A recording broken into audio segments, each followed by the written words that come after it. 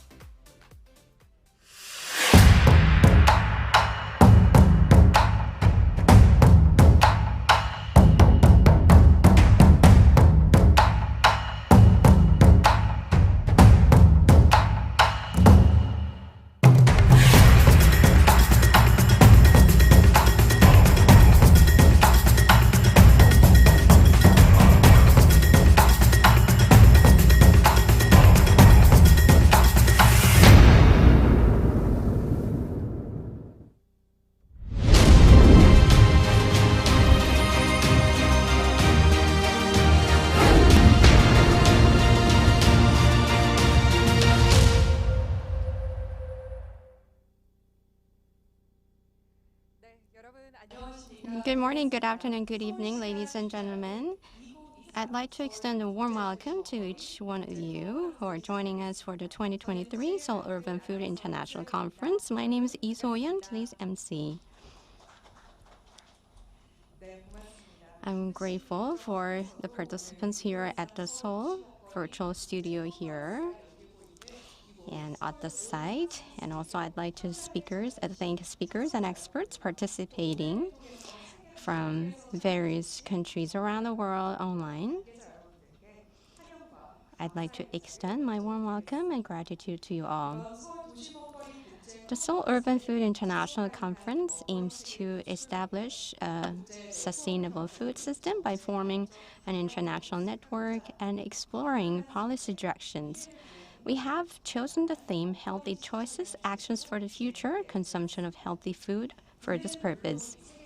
We have organized this event to discuss efforts and directions of local governments around the world towards adopting a healthy and environmentally friendly dietary lifestyle based on the planetary health diet.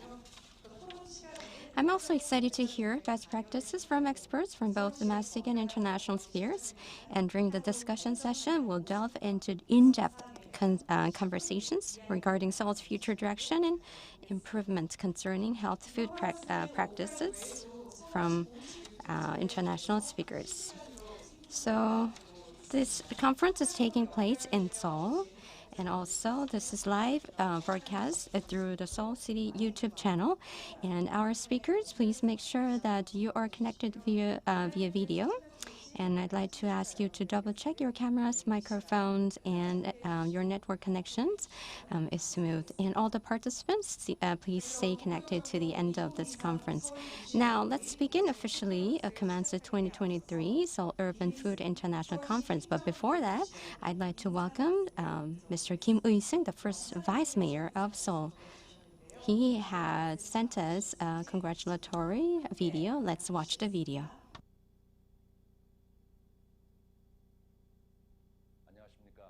Good afternoon. As introduced, I'm Kim Ui-seung, the Vice Mayor of the Seoul Metropolitan City Government. Let me first of all extend my sincere welcome to all the participants to this conference, which is being held under the theme of healthy choice, actions for the future, and consumption of healthy food. I'm really glad to deliver this welcoming remarks, albeit online. Also, I'd like to extend my warmest welcome to our speakers, including Dr. Olaf Coburn of EAT Foundation, as well as Professor Yoon Ji-hyun and others who are participating in the panel discussion session. And also, I would like to extend my appreciation to the organizers of today's conference, those from the Seoul metropolitan government. Our food system fails to give us sustainability because carbon emission coming from our meat consumption is intensifying climate crisis, and with the polarization of food availability, fresh food are becoming a dire resource for the not well-to-do, but at the same time, due to issues of obesity, there is also resulting in higher healthcare spending.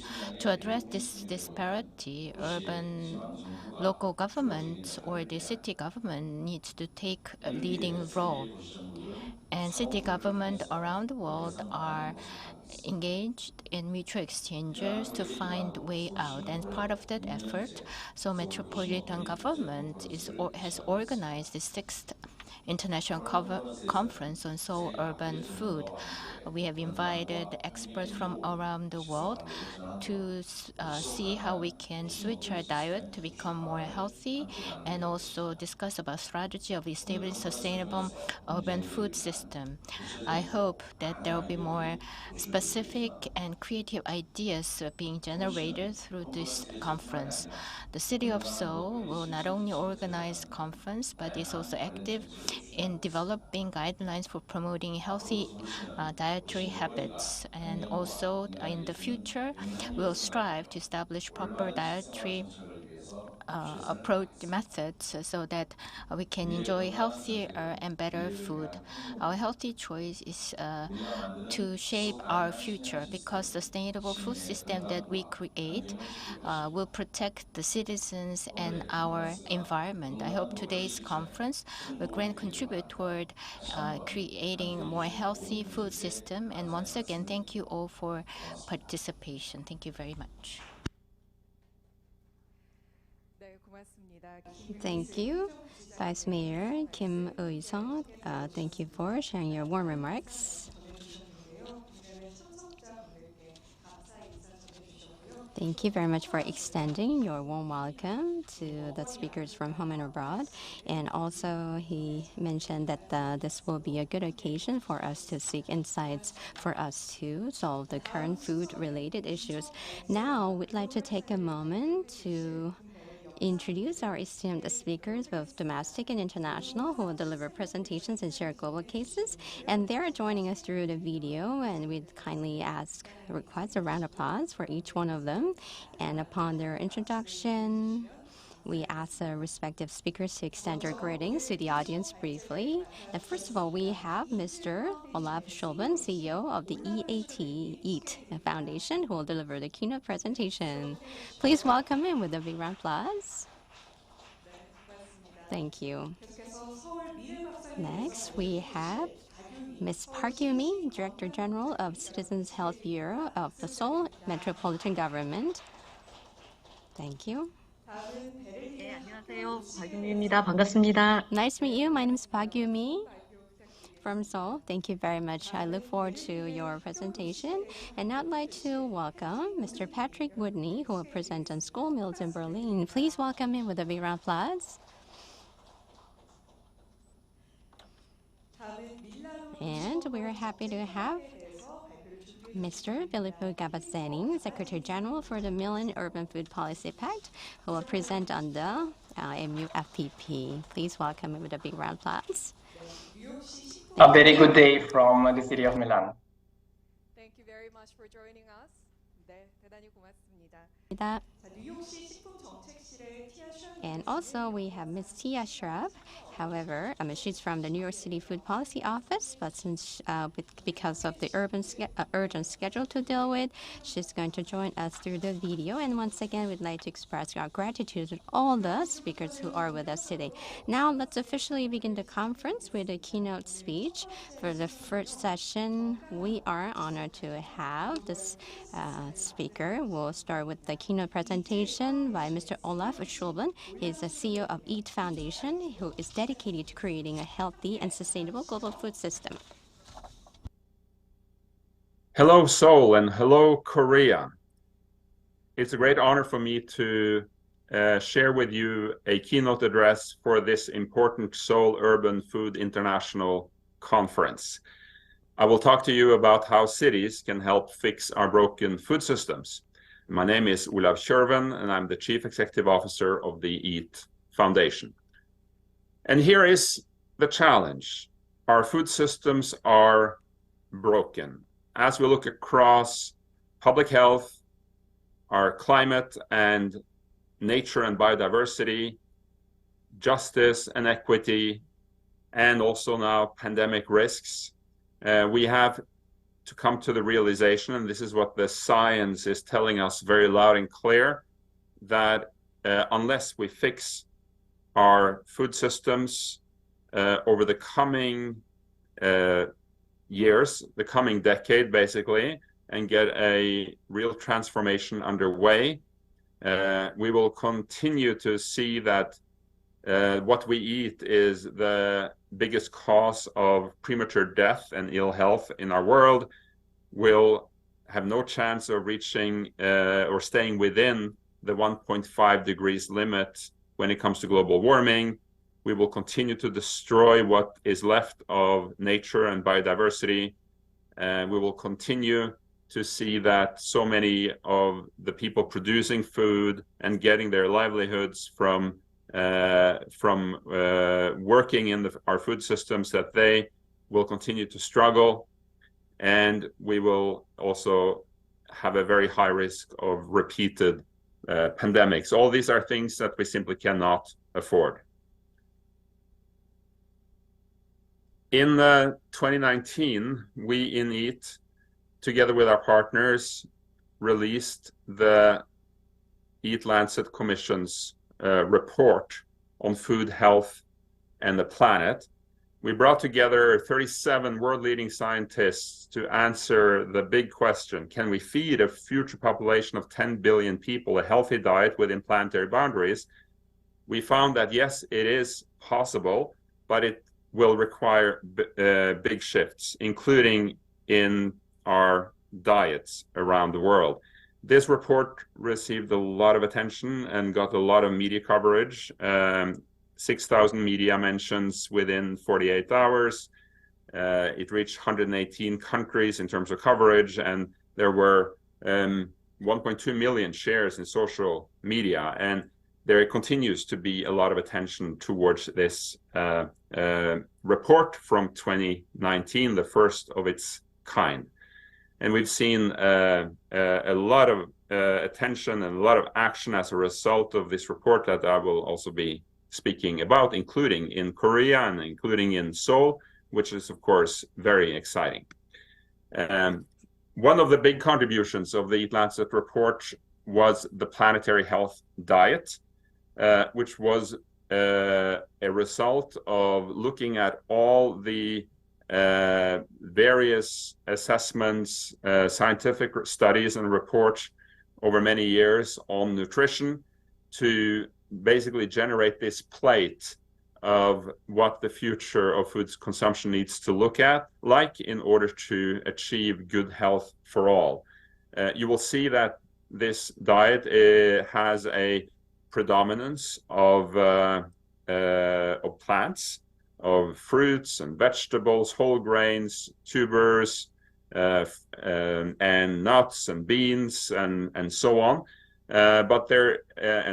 But there's also space for animal protein of different kinds, including meat, dairy, seafood, etc. But we need to ensure that future consumption of animal proteins and meat in particular stays within, if you wish, the consumption patterns that we have traditionally had around the world. The problem today is that consumption of meat and animal protein more broadly has expanded in the Western world first, and now increasingly also in other parts of the world. And that is a big part of the problem that we're now faced with, including in relation to climate change and biodiversity and nature. but also, of course, public health. Now, cities have a critical role to play in changing this picture. Cities have many powers to show the potential and power of food systems transformation to improve people's lives and also the future of our planet, the health of our planet. We know that 40% of global croplands are within 20 kilometers of cities. It differs from country to country. I know that, for example, in Korea, that number is different. But on average, 40% are within 20 kilometers of cities. 70% of the world's food is consumed in cities. And we also see now, very interestingly, that more and more cities are now taking up the challenge of becoming arenas and drivers for the changes we need to see. More than 100 cities have made food systems commitments through different initiatives, such as the Cities Race to Zero, the Cities Race to Resilience Pledge. 200 cities have committed to healthy, sustainable, and inclusive food systems through the Milan Urban Food Policy Pact. And 16 cities, including Seoul, have signed on to the C40 Good Food Cities Accelerator, which commits them to meeting the Eat Lancet targets. And cities have many tools that they can apply, or levers of change to contribute to this transformation. Cities have a key role in food distribution, to stimulate the urban food economy, to drive food and nutrition security for urban residents, to shape urban food environments, so to make it easier for people to make healthy and good choices. And of course, cities play also a major role in managing waste, which is a very important piece of the puzzle. And we see that, for example, mayors' food budgets and procurement powers, or if you wish, the procurement powers of cities, can actually create and help shape global markets. In that way, also influencing very strongly what kinds of foods actually gets produced in the first place.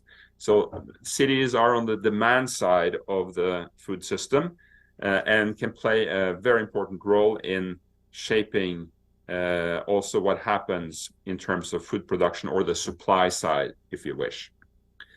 And I love this picture from Seoul Mira Bapsang, which is the public education campaign that Seoul is now embarking on. This is incredibly inspiring and exciting, and we in EAT are so happy to see the city of Seoul taking the lead on the role that public education can play in shifting urban diets, shifting the food culture really within a major city, a huge city such as Seoul, because public education has a lot of untapped potential to mobilize citizens for food systems transformation, and you can encourage sustainable shifts in individual consumption patterns, as well as, of course, households, and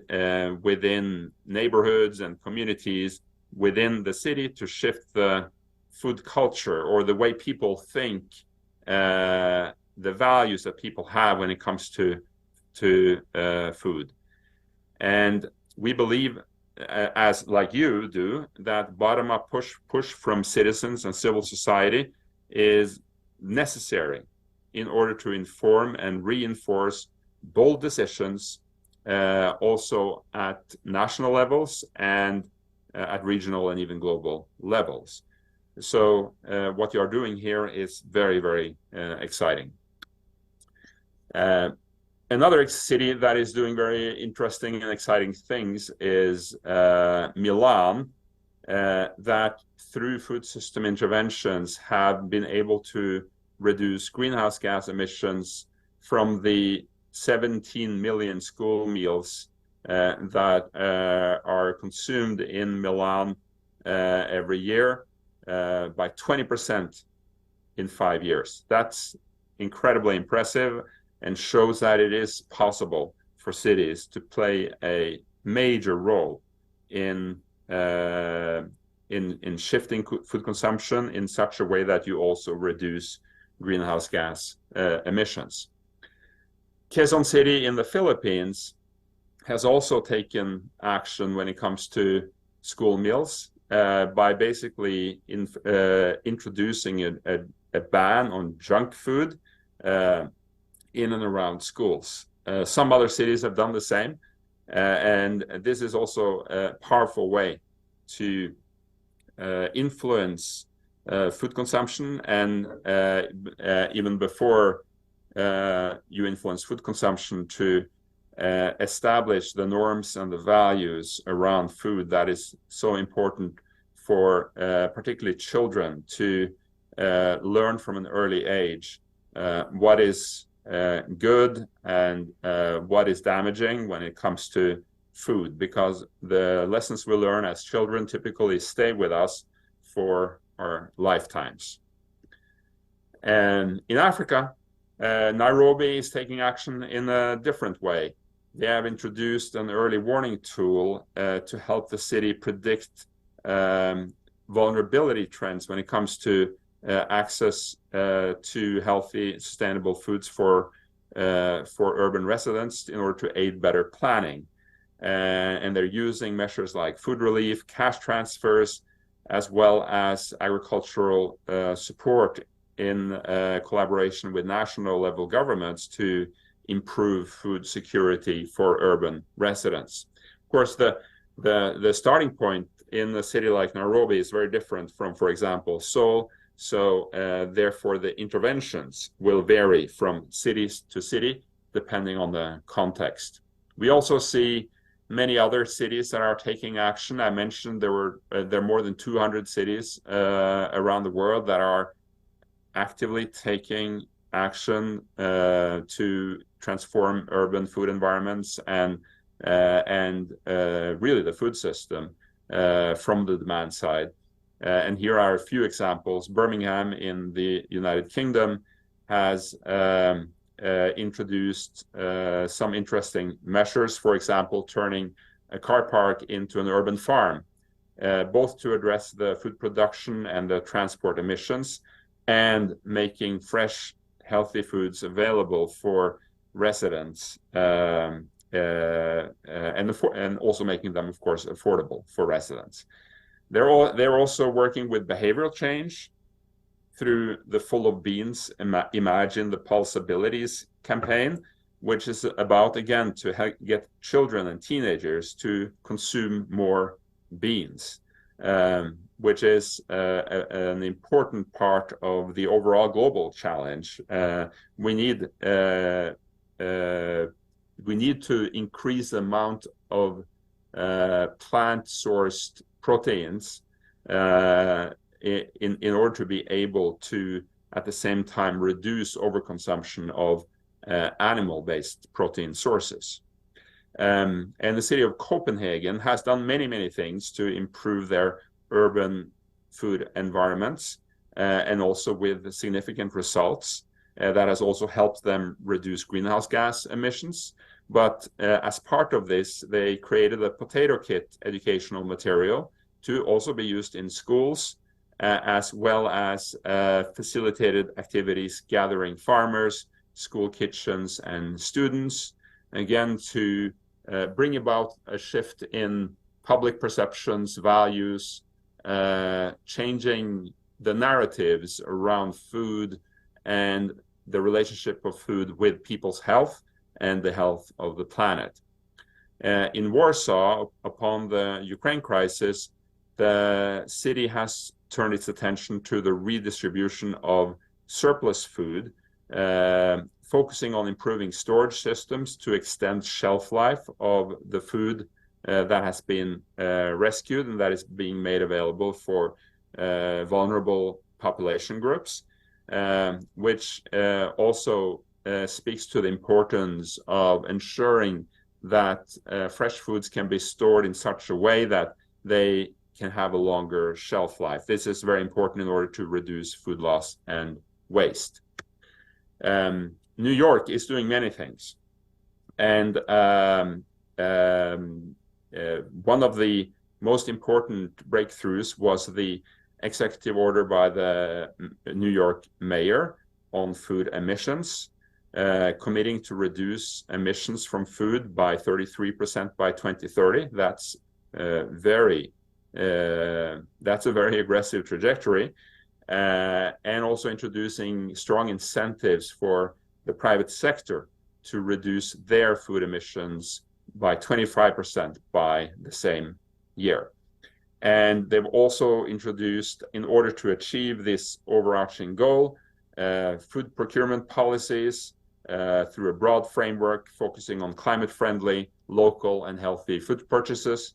They have adopted standards for healthy, economical, and sustainable procurement practices. This is very interesting and it's worth looking at.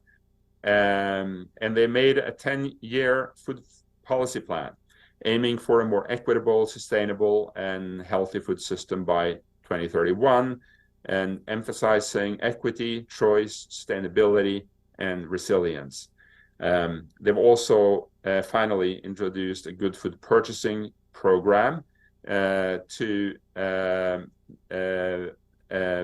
stimulate changing behaviors in food service and retail, as well as helping putting measures in place to make it easier for people to make the right choices. So a lot of exciting things happening in many cities around the world, and New York is perhaps the city that really stands out these days.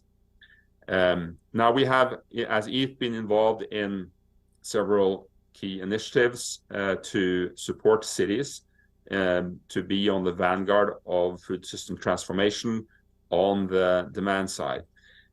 Food Trails is one example. It's a EU-funded project that aims to translate in European cities the commitment by the Milan Urban Food Policy Pact to integrated urban food policies to ensure measurable long-term progress, so you can track progress over time. And 11 cities in Europe are involved in this project with universities and many other stakeholders. This is also now being connected to other initiatives that involves 21 other cities around the world. And together with many partners, we in EAT have recently put together the TURFS Consortium, which stands for Transforming Urban Rural Food Systems. And this TURFS Consortium is pursuing a strategy to catalyze a global food systems transformation using cities as entry points. Our goal is to work with 20 cities and support them in and also their surrounding landscapes of food production to transform their food systems by 2030, and through that improve the lives of 100 million people. And we will work with these cities to stimulate the demand for healthy and sustainably produced foods, to stimulate scaling of regenerative or nature positive agricultural supply, and connecting supply and demand to build a virtuous interaction between what happens on the production side and what happens on the consumption side. We believe that through this kind of innovative engagement with cities we can generate three types of spillovers.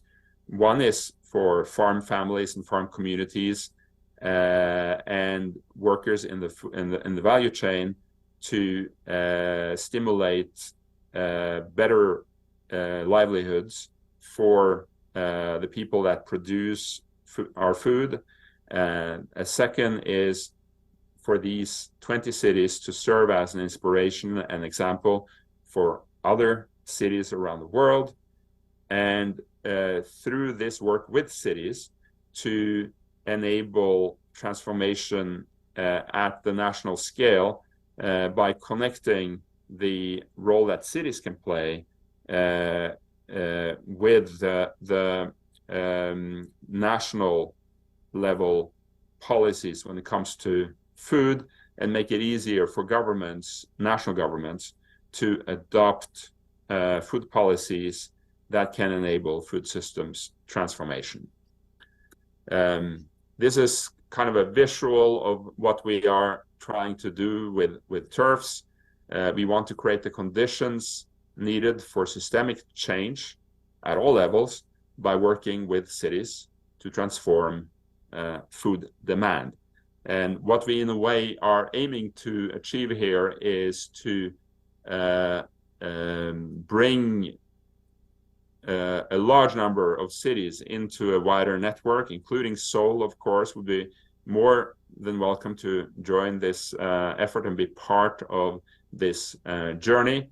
And through that, build a global movement of cities that can help make the changes in diets amongst urban residents that will then also help shift the types of foods that get produced and the way that food gets produced, so that we can stay safely within planetary boundaries when it comes to climate change, when it comes to nature and biodiversity, and that we can improve drastically the quality of life for people and their health and well-being. And with that, I want to say thank you. I wish you all the best for this conference. I look forward to participate in the panel. And I'm also so proud that Dr. Honju Lee is also taking part in this conference.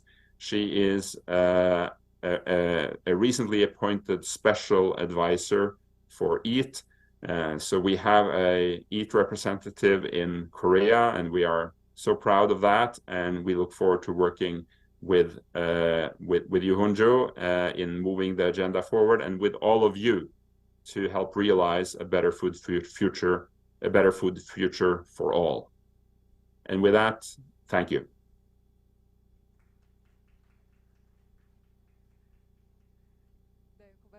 Thank you so much for that keynote lecture. So healthy and sustainable food system is now being created by EAT Foundation, led by its CEO, Dr. Olaf Kerven. And I believe we learned a lot about city's role to sustain a healthy food system for the city. We'll continue with the presentations, and it will be now case presentations of different countries to see where the direction needs to be to have more healthy food system. And the first case will be presented about Seoul's food table for the future, and will be delivered by Director General Park Yumi of the Bureau of Citizens Health at Seoul Metropolitan Government. Please. Well, good afternoon. As introduced, I'm Park Yumi of the Director of the Citizens Health Bureau of Seoul Metropolitan Government, and I would like to thank everyone, including Dr. Olaf Kerven and others, for being with us today. Now, because of the bipolarization of the food system, a lot of people are suffering at the, malnutrition. However, there is also imbalance of nutrition and obesity in the world. More than 800 million people are suffering from food shortage, but at the same time, a large population is suffering from obesity and other health issues. And greenhouse gases emitted due to the food system account for 26%, according to FAO report. Around the world, all food that's produced, 1/3 of them are wasted or lost, and the processing cost for the processing food is about 20 trillion won, a massive amount. So to reduce the waste of food impacts also positively the greenhouse gas emission or reduction, or the greenhouse also have other benefits. Now, if I may share with you some of the food system or the dietary habits of the Seoul city, and various vegetarian intake is going down, whereas meat and others intake is actually on the increase, including the beverages. And vegetables, 77% consumes less than 500 grams of fruits and vegetables. So this is actually an alarming fact that's going down on a daily basis. And according to our dietary survey, compared to other cities in Korea, Seoul suffers from energy, fat, and sodium and sugar excessive intake. And at the same time, for the last 10 years, the dietary issues have been that we've been suffering from chronic diseases resulting in too much intake of meat, and also bipolarization of the nutrition. So by 2050, they say 80% of global food is expected to be consumed by or in cities. So increasing health of city population, we need to have more healthy diets in place. And this would also support environmental sustainability. So to tackle the issue of imbalance in nutrition, and also to have food system that is more sustainable, Seoul Metropolitan Government has created Seoul's own guideline. And we are promoting citizen participation through customized training for citizens. We are also expanding opportunities for citizens to participate in this effort by making it fun, and we are also establishing related environment and infrastructure. So food, nutrition, and environment, we also looked into ETA's planetary health diet and did our own analysis to create Seoul's own dietary guideline titled Seoul 미래 밥상.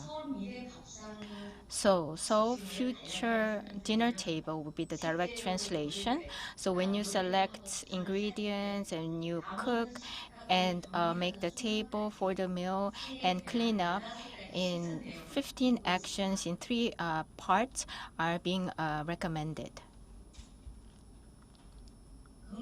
So for healthy ingredient consumption, with the first step for sustainable food intake, if we have healthy, local, organic ingredients, would be better for our health, and will also be better for environment with low carbon consumption. So to make us healthy, we can also decrease our carbon footprint, resulting in smarter food consumption. Especially it's very important to have less processed or unprocessed food. Well, because compared to processed one, sodium, sugar, they have less, and it's more healthy because it's more fiber, and greenhouse emission is less because there is less transportation cost involved. So also you should have balanced diet and also good cooking. So rather than processed food or red meat, they have more saturated fat. It's bad for your health. And in production and processing process, they have a large emission of greenhouse gases. But if you have planetary-based diet, carbon emission is less, uses less water. Hence, it's more favorable for sustainability of our environment.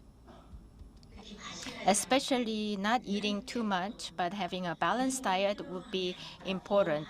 If you have more food intake than our body requires, that it could result chronic diseases, obesity, and could also weaken your immunity system. Eat in an appropriate amount is very important. So you should also be aware what would be your optimum dietary consumption. So plan ahead so that you only buy and cook only in the amount that you need. This will give you initiative in terms of having a healthy diet and could also have less waste of food. And also agriculture products that looks less maybe attractive or have a close due dates might be also better way of consumption for the planet. When you order food or take out food, if you have in small quantity, it will also help your health diet, and also as it means less production amount, it will also helps the environment. Also, you know the right way of recycling and be able to separate food waste and other waste. So Seoul Metropolitan Government have created Seoul's own guidelines to improve understanding of Seoul lights. So Seoul citizens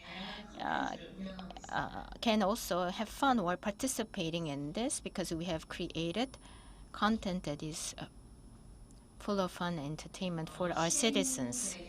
So to our citizens, to increase awareness of the right dietary intake, we have Seoul Mirebapsan Learning Center where you can come to learn about the right eating habits. So we also have training to reduce food waste, and also we have various meetings to help chefs and cooks to have the right food prepared for the canteens that they operate. And also we have the other programs, as you can see in this slide. So about 3,000 elementary school children and kindergarten children participate in this learning center program through various active participation-oriented learning opportunities. And we also have linked it up with universities to learn about the right nutrition, and also they also create their own contents. And this helps increase awareness of the importance of having the right dietary practice. And we also have various so-called challenges and contests for university students so they can learn about eating healthier. So for those that work at canteens and cafeterias, they have training programs, online training programs, and various workshops, which includes more practical information they can use on a daily basis. And we also offer them networking opportunities. to learn more about this important subject. And to increase social awareness through enjoyable eating experience, we created a policy promotion center, and we also organized a vegan fair and also various events tied into Seoul's guideline of Mure Papsang. Now, in terms of policy promotion center, we have offer learning opportunities to citizens how eating healthier helps the environment. And at the same time, we also linked up with the food-related companies for various promotion activities, as well as events like Seoul Food Festival.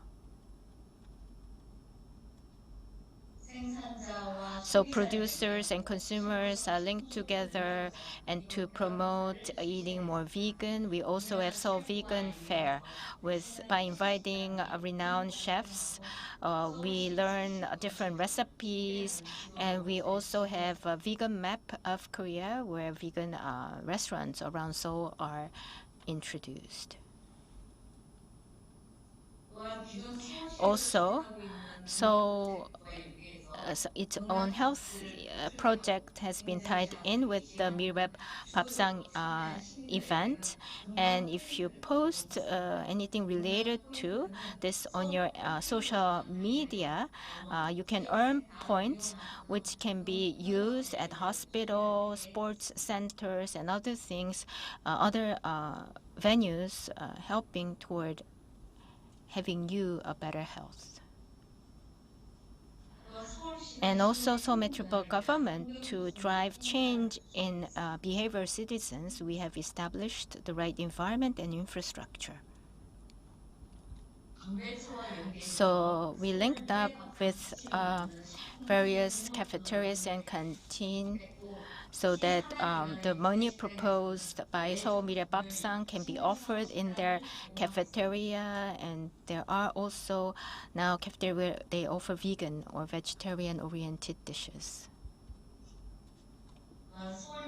And for increased efficiency of the Seoul Mire Papsang, we have advisory board, and consumer organizations, companies also participate in our network so that they can all serve making Seoul citizens healthier. So I've told about how Seoul's metropolitan government is agreeing its effort to make Seoul citizens healthier and their diet more sustainable. And we'll continue with this effort also going forward. Thank you very much. 네, 발표 잘 들어봤습니다. Thank you very much for the presentation.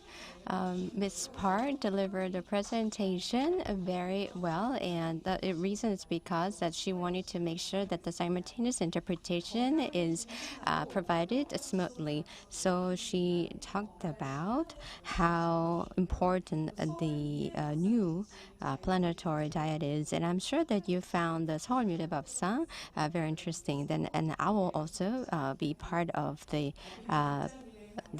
program, and I'll also participate as in the program by myself. And now let's go to New York City.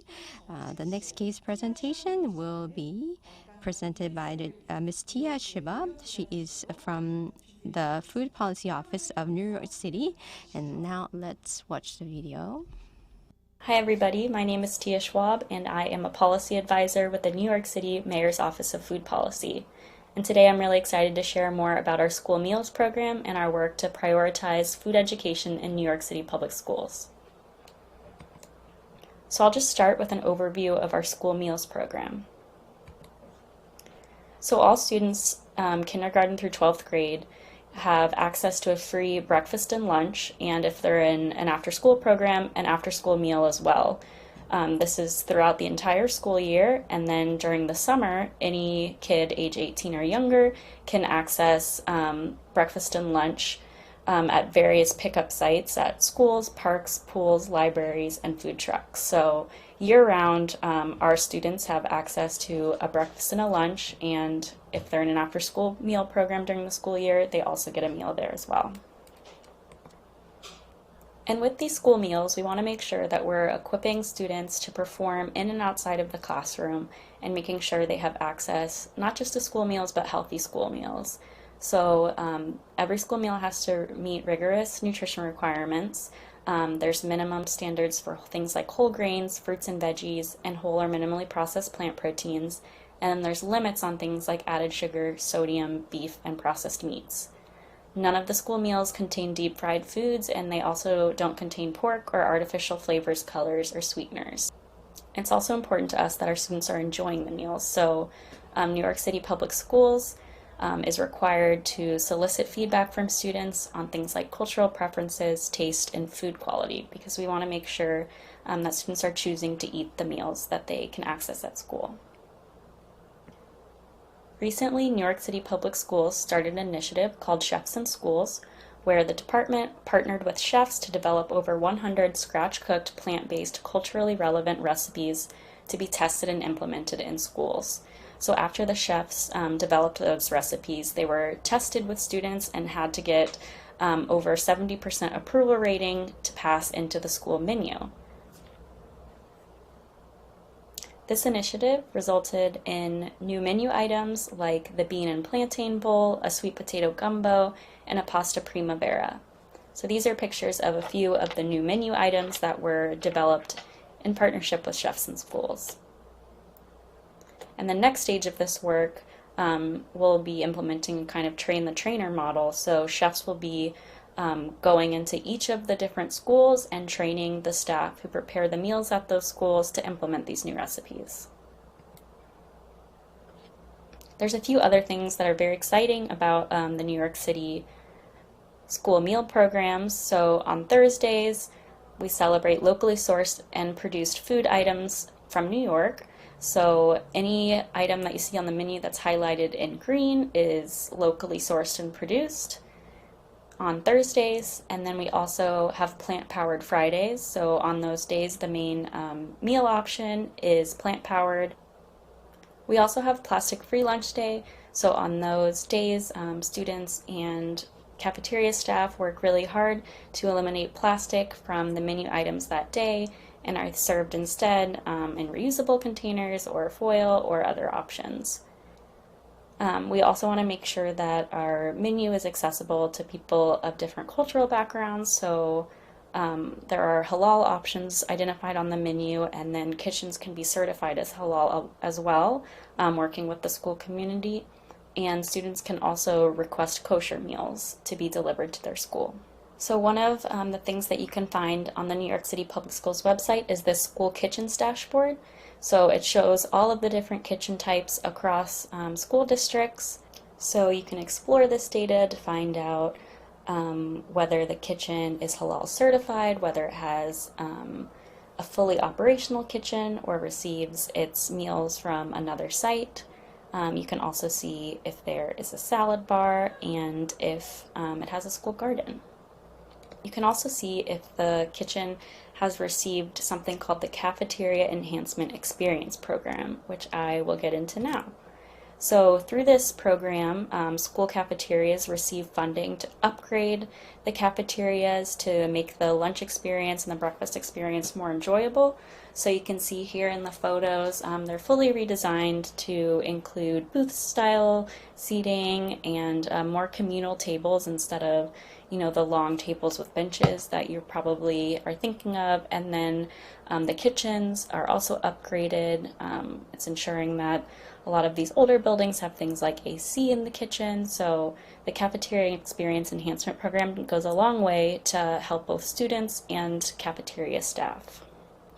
We know that having access to healthy school meals only goes so far and is actually more effective when paired with food education to encourage students to choose to eat those meals. So recognizing that, this administration has prioritized rolling out food education across all age groups in every school. And just wanted to start by defining food education, because often this is limited to just nutrition and the breakdown of individual meals, But we wanted to look at food education as something much broader to include not only nutrition, but the role that food plays in one's life, relationships, culture, communities, environment, history, and society. So students receiving food education may receive things like classes in the garden. They may learn about growing food. They may learn about the history of a certain type of food culture. They may learn about the interaction between food productions and the environment and climate. So we wanted to take a very broad approach to defining food education. So here's just a few pictures of food education in action. So you can see students in a learning garden. You can see kids learning to cook a pizza, and then you can also see a kid learning about different fruits and vegetables and how they are beneficial to your growth.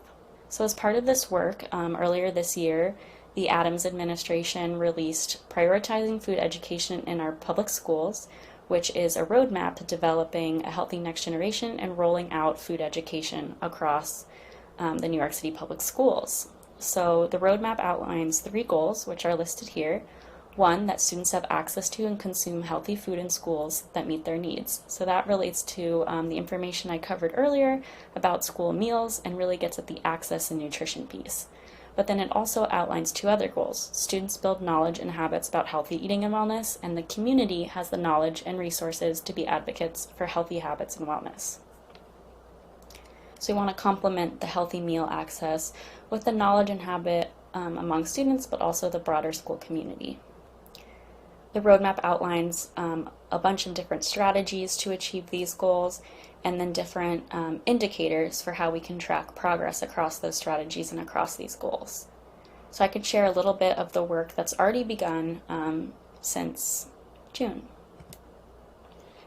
So this is our food education service providers list. So right now, principals and teachers and other school service staff can go online and look through this list of different food education service providers and try to find a program that meets their needs. So this list, you can explore a description of the service, the age group and population served, and the programming type. For example, does the organization work with teachers in school, after school, off-site, on-site, and is it targeted towards teachers themselves, or is it targeted towards kindergartners? So teachers and principals can really find something that fits their needs. And after creating this list, we hosted, in partnership with New York City Public Schools, a webinar for all New York City Public Schools principals and leadership staff, and with Mayor Adams, we talked about this new roadmap and the new goals and how we were aiming to accomplish them, and really got all of the school leadership excited about this new initiative and complementing healthy meal access with food education. And that's just the beginning of the work, so we have a lot coming in the next few months and of course over the coming years. Just looking at the short term, we're working on a grant program matching schools with food education service providers. So those service providers that are in the air table I showed earlier will have a matchmaking fair to help schools identify them and then also pair them with grant funding to make that happen. There will also be professional learning and leadership opportunities for teachers and community members. We're partnering with an organization called Pilot Light for another train-the-trainer model to bring on leaders among teachers who are excited about this work. We'll be developing food education standards to make sure that all of our food education programs align with the learning standards set for each grade level. We'll also be developing nutrition education curriculum for health educators. Right now there is a health education requirement, but there's not much detail around what that has to involve. So this would just introduce nutrition as a piece of health education. And then we're also working on data collection to set the foundation for our work and track progress across those indicators that I mentioned earlier. And that's the work that we have started, but we have a lot to do, and we're so excited to continue this work, and I'm so glad I could share information about it with you all today, and I look forward to connecting virtually.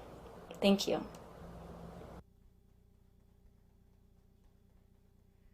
네, 뉴욕 So thank you for that case on New York.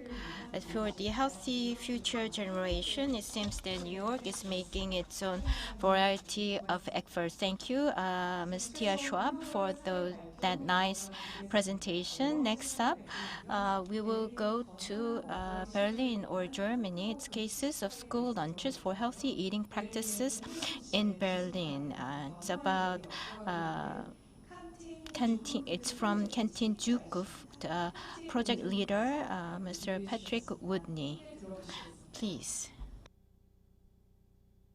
Hey, I'm Patrick Watney. I have a background as a trained chef, and I have worked possibly every imaginable job from dunking fries to sous chef at Michelin-star restaurants for the first 10 years, for my first 10 years in the industry.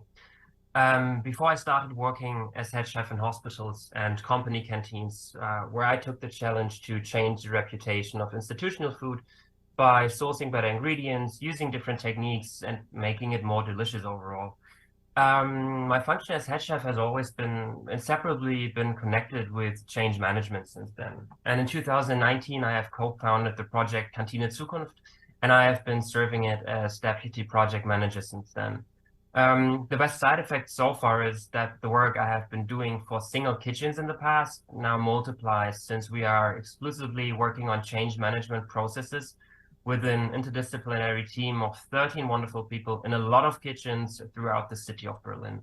And nearly half of our team consists of trained chefs.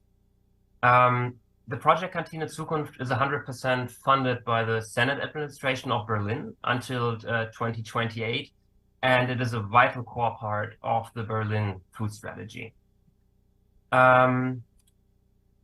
So why are we doing all this? Around 70 million people eat in canteens and public institutions in Germany every day, and only 1% of the ingredients used are organic, which is a bit of a problem. So this is the main thing why we started doing that. To put in a few numbers, we have around a 50% organic share for primary school lunches in Berlin since 2021, which is a good start. And up from until the year 2025, all the canteens of the federal administration are supposed to have an organic share more than 20%, which is a good start as well, but it doesn't really serve as a role model. But what can be done about all that? In 2019, we have started Kantine Zukunft with the Copenhagen Melhus as a role model. The Copenhagen Melhus was an institution in Copenhagen which helped kitchens throughout the city to gain a higher organic share while improving the quality of the meals and while staying in the existing budget. We have visited the Copenhagen Melhus in 2019 with a small team, and we took home 3 basic principles. A high organic share within budget to influence purchasing, meal planning, and cooking techniques is very necessary in this process. Canteen conversion is a long transformation process, and it needs in-depth consulting and training by experienced chefs. But since Copenhagen isn't Berlin, our approach had to be customized for the general conditions that we have in Berlin. Berlin is, for example, nearly 4 times the size of Copenhagen, so we can't simply copy that. And it needs a certain appearance. Because, you know, we want kitchens to work with us, and we do our best to be recognized as an implemented oriented service provider. We are very undogmatic and pragmatic, and we have our focus on good and delicious food. So that also means we don't do any research on the kitchens. We are not 100% organic, not 100% carbon neutral, not 100% vegan or whatever. We just implement what works for the kitchens and enables them to make better food. And this is something people can relate to without having a certain political understanding or particular interest in nutrition. Transformation doesn't have to be a loss in this case or something. We simply create good dishes with them. The core of our work is called Kantinenwerkstatt, which is basically a multi-month consultation program with a very practical and individual approach. We aren't consultants with clipboard and suit, but chefs with experience and knowledge in organic conversion. And we always aim towards a 60% organic share as a lever to initiate the transformation process. These are the very, very basic elements of what is happening in the process. So the categorization of all items bought quarterly, objective agreement, we have a practical cooperation between a half and 1 year. We do an intermediate status, further improvements, a second categorization to see where we have landed, and then there's an award or a certificate. Of course, this is just, these are the very basic points, and I can't get into them in detail because we don't have the time for that. But to make it more clear, we try to focus all our energy on these 4 elements in the process, which is procurement, team and process organization, menus, and cooking, which means we tackle what and where the kitchens buy their goods and always emphasize the importance of organic and, if possible, regional quality of those. We rearrange not only the cooking processes and the techniques, but also how the teams interact with each other and their guests. We change the menu plans, create recipes, and adapt them as much as possible so the respective target audience still likes the food. And we train the chefs and the kitchen staff to implement these new cooking techniques into their daily procedures and routines so that they can stick with their changes, because this is very, very crucial in this process. To explain how the plates look like that we are aiming for, we use something called the Berlin method. I'm not going to get into detail to all of these following 10 points, but by reading it, you'll get an idea. So it's basically, it's plant-based with a share of animal produce. We try to put in as much as craft as possible. We try to avoid high convenience levels, and we work with the seasons that we have in Berlin. We don't try to reinvent the wheel. We just keep the classics and change everything that's around those. The guest's wish for good and delicious food is always in the foreground. So we do not try to change it for the sake of something, but for the sake of delicious food. And the most important part of it is that the Berlin method initiates processes which inspire more and more kitchens to join the program, which currently works really well. Absolutely crucial in this process is that change must take place in the kitchen because this is where the change happens. And as soon as this is just a theoretical construct, it doesn't lead anywhere. That's why we have the team consisting of chefs to do this work. It needs courage from the teams. It needs a self-critical questioning of habits, which can be quite hard, especially when you worked at the same place for decades and suddenly you have to change something about your work. And it needs mutual trust and the collaboration because we work together between a half and 1 year. And we change a lot of things in the process, and this needs trust. But I would really like to emphasize the first point: change must take place in the kitchen, because without these, we wouldn't get anywhere. So far on Kantinenwerkstatt, we have transformed 50 kitchens since 2020. More than 150 kitchens are currently in the program, have been advised, or have been transformed. We have an average organic share in the participating kitchens of around 60%. The highest share is around 100%, and the lowest share around 30%. We currently effect around 27,000 meals each day in Berlin, and the participating kitchens are in all the boroughs of Berlin, so we are working all over the city. I have used the word organic quite often in the past 10 minutes, but why do we choose to raise the organic share? You have to understand that organic is never a self-purpose in this whole process. The higher the organic share is within the existing budget, the more changes have to be made in the menus. And the more changes are made, the more chances we have to make essential changes towards the planetary health diet and other sustainability measures.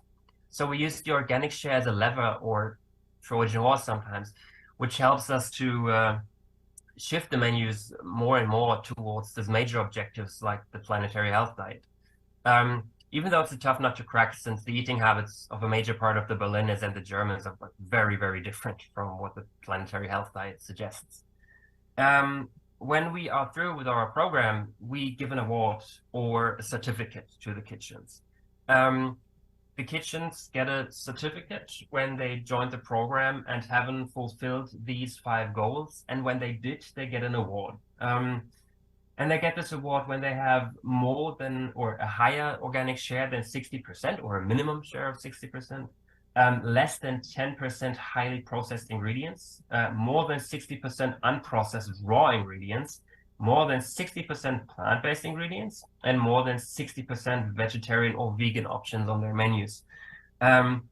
We measure all these numbers by their purchasing figures, except the last one. This is one that we are measuring with their menus. So this is quite simple.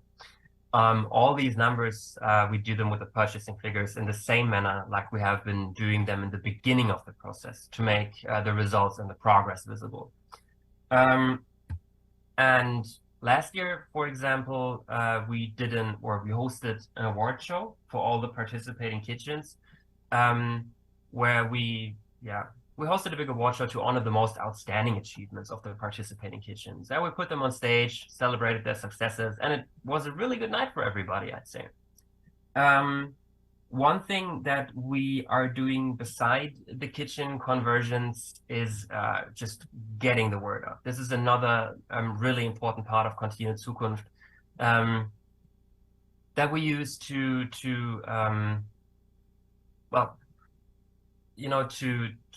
raise awareness for the importance of institutional food service, and mainly to change the mainstream image of it, because I mean, in Germany it's not really good, and I think this is the case in other countries as well. So we can get from here to a much more aspirational perception. We are doing this with different campaigns. We show the city's chefs, cooks, and hosts, the people who are behind the meals. We put them on posters and put them throughout the city. We organize field trips to organic farms so that the chefs and the people from the kitchens can get a glimpse on where the food is coming from, and to raise the chances that they stick with the organic or with the purchasing of regional and organic foods. We organize workshops and networking events, and we provide recipes, for example. We provide them digital and print formats to accompany our joint work. So all the participating kitchens can use our recipe database, which is already quite big and which gets bigger every month. All the recipes are designed with the planetary health diet in mind. But in the first place, they all taste really good, and that's why kitchens really like to use it. And this is just a few examples of how you can this is just an example of how the recipes are displayed online, so you can filter them with the parameters of your organization and get the best recipe for yourself.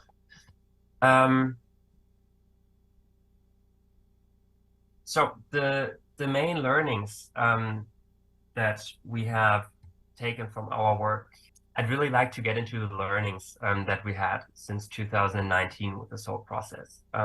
Which is basically a 20% organic share with good quality foods is possible pretty much everywhere where we have worked. Kitchen teams must be able to live the transformation, because otherwise it won't happen. It needs know-how, consultancy, and long-term support with regard to purchasing, recipe, and menu design. Continued Zukunft is effective support for institutions and currently changes the national discussion about communal catering. And the public sector must not only wish for different and sustainable community catering, but has to order it.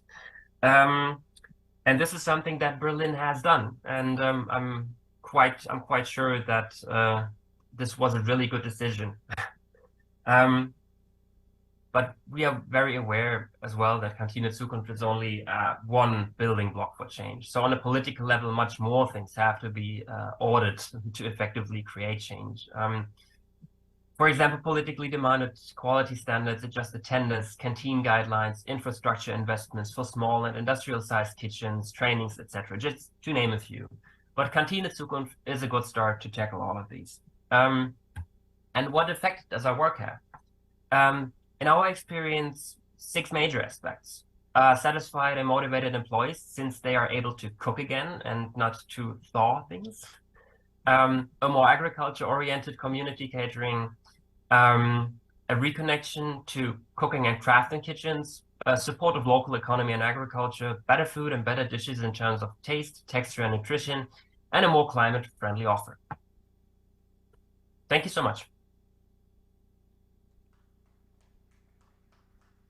네, 발표 잘 들어봤습니다. Thank you for the presentation. So by listening to the presentation, that we were able to learn that the many parts of the is comprised of organic food, and also many chefs are taking part in the program. So we were able to learn Berlin case in the public school setting. Thank you very much.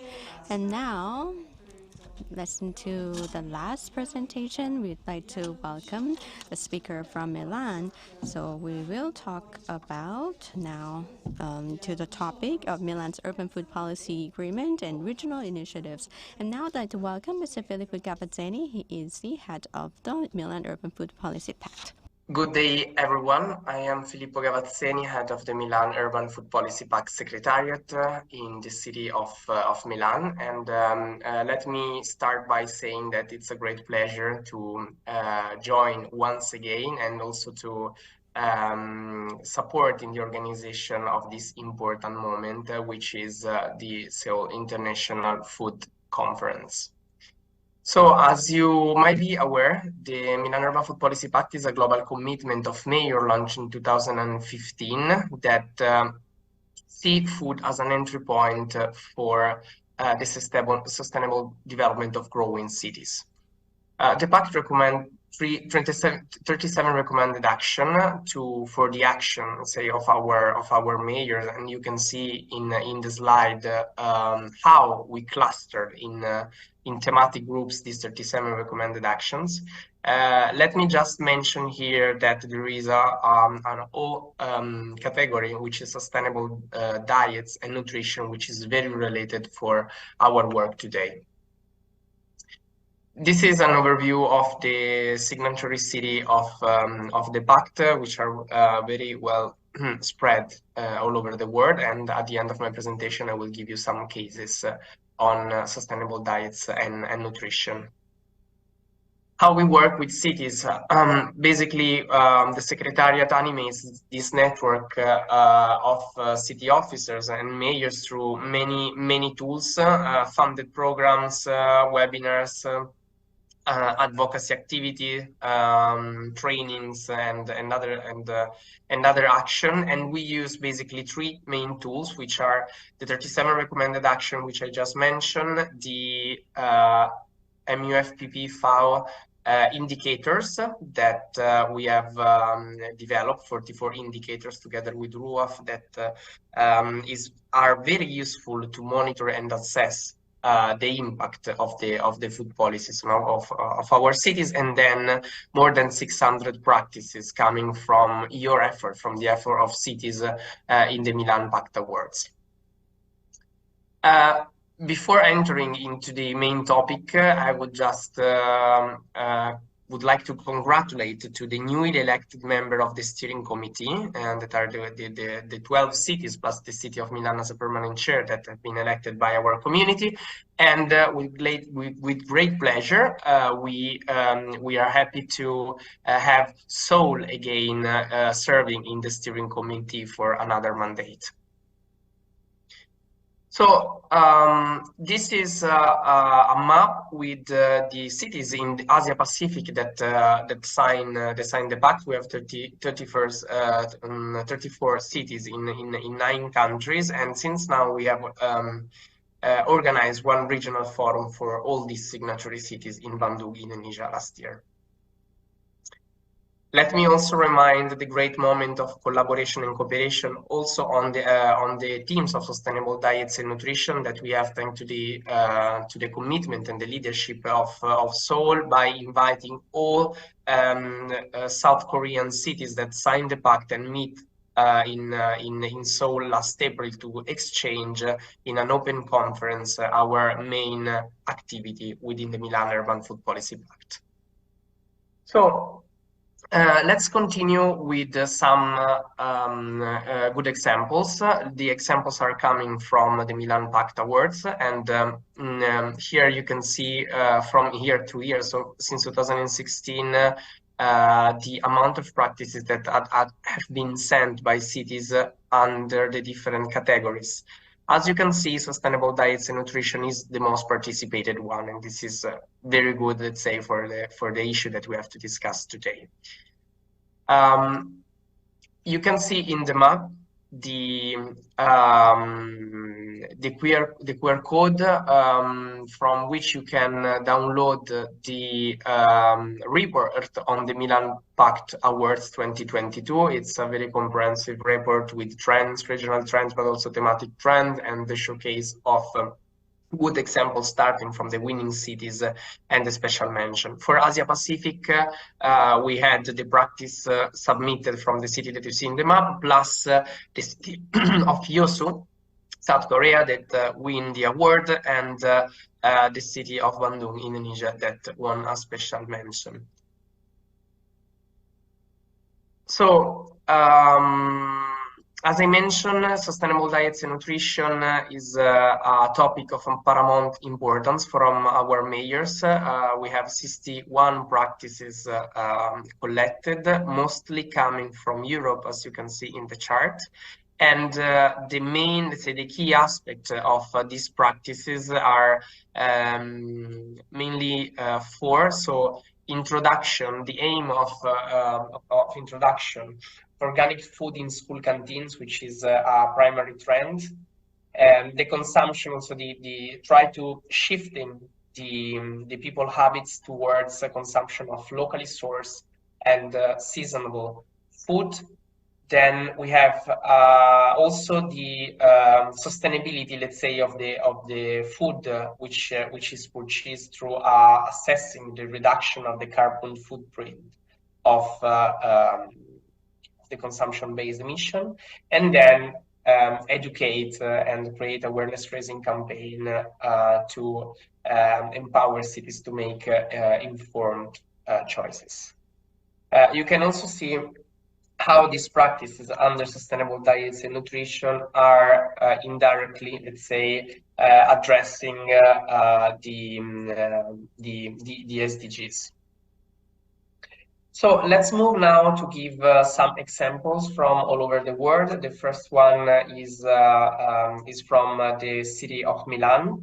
Milan has a school canteen service that provide every day 85,000 meals, and many action has been undertaken to shift the students' food habits.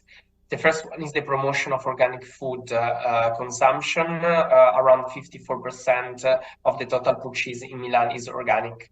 Then there is also an important work in the transformation of the school menus, involving also the students and the families, which are, of course, the say the clients of our service. And of course, this shift was towards the promotion of plant-based diets. We introduce new dishes and switch the frequency of certain products. And finally, through awareness-raising campaigns, so newsletter, booklets, and events, as I mentioned, in order to involve as much as possible also the families. An important part of this work is also the how we are able to monitor the CO2 impact of what we purchase. And through this Cold Food Pledge initiative, the municipality has been able to decrease the CO2 emissions by 42% in 5 years. This by changing the dishes and the menus. Let's now move to India, in Jabalpur, where we have the city which now sits in the steering committee and is active in promoting healthy food habits through comics. So they assess that the most impactful way to educate students was creating this comic called Fit Bada, which, as you can see, has very strong abs. And the idea is to explain how he did it, raising awareness so among children that are reading this coming to shift towards more to healthier lifestyle, supporting the consumption of fruit and vegetable. And this let's say this comic has been very popular, mostly on social media. Now, let's then move to the city of Arusha, which is again promoting in another way healthy and nutrition diets. This done together with an important public and private partnership by planting basically fruit and vegetable in public spaces, like in public urban areas, also in school, hospitals, and residential areas, vegetable and fruit garden, in order to make people aware, citizens aware on how fruit and vegetable, let's say, normally grows, and to educate them towards their consumption. Of course, this was also important to provide, let's say, or guarantee a more resilience for the urban food system. So since this project started, this garden has been established in 8 schools and 5 hospitals, with around 100 women that are taking care of it. Let's now move to Mexico, Guadalajara, con il programma Dieta Planetaria, which started in 2021. And basically see the creation of 13 childcare canteens. That was a place in which children can stay for when the family of low income families are working. And let's say the city of Guadalajara took this opportunity to at the same time educating children towards a healthy habit, while at least 50% of their menu, well, breakfast and lunch as well, are vegetables or fruit, and the rest is whole grains, vegetable protein sources, and a very small amount of animal proteins. At the same time, they are choosing these products in order to reduce environmental impact of meat consumption, and they are monitoring it. Finally, let's move to Lima in Peru with the program Lima Elige Saludable. And this program was implemented with again, with the aim of promoting sustainable food system and encouraging healthy habits. So basically, they carry out many interventions in neighborhoods, in market, and in places where there is, let's say, an aggregation of citizens concerning food. And they created, so the aim was to reduce basically the consumption of ultra processed products, and also reducing the food waste in homes. So they conduct many educational session, workshop, trainings, and also context among people to push, let's say, this change. This project has been started recently, and until now they have 35 main activities that have been supported with 2,500 beneficiaries. So that's all now from my side. I think I'm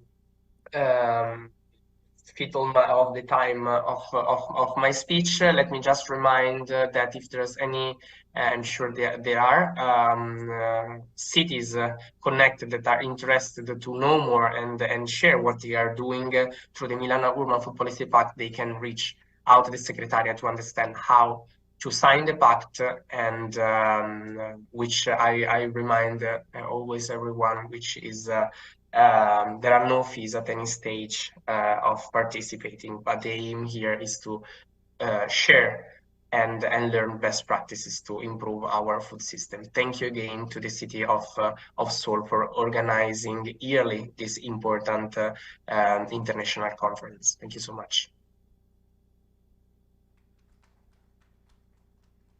네, 고맙습니다. 필리포 가바제니. Thank you very much, Filippo Gavazzeni. So we were able to listen to the presentation by the head of the Secretariat for the Milan Urban Food Policy Pact. It was a very interesting presentation. We were able to learn cases by different parts of the country. Now we have finished the presentations, and now the stage is set for the discussion. In the discussion that we had foreign speakers, so please make sure that your microphone is on, that you are well connected to the system, because we are going to invite the foreign speakers. So based on the presentations that we're going to discuss the direction of Seoul food policy, what are the areas that we need to improve? So that will be the subject of our discussion. Before we begin our discussion, I'd like to introduce the domestic panelists. We earlier introduced foreign speakers, so now today, here, I'm going to introduce the Korean panelists. I'd like to welcome Professor Yoon Ji-hyun from Seoul National University. She'll be the moderator of the panel discussion. And now I'd like to introduce the panelists. I'm happy to have Ms. Chung Jin-soo, head of the Food Policy Division of the Seoul Metropolitan Government, and Professor Kang Jae-hyun from Gangbuk Samsung Hospital,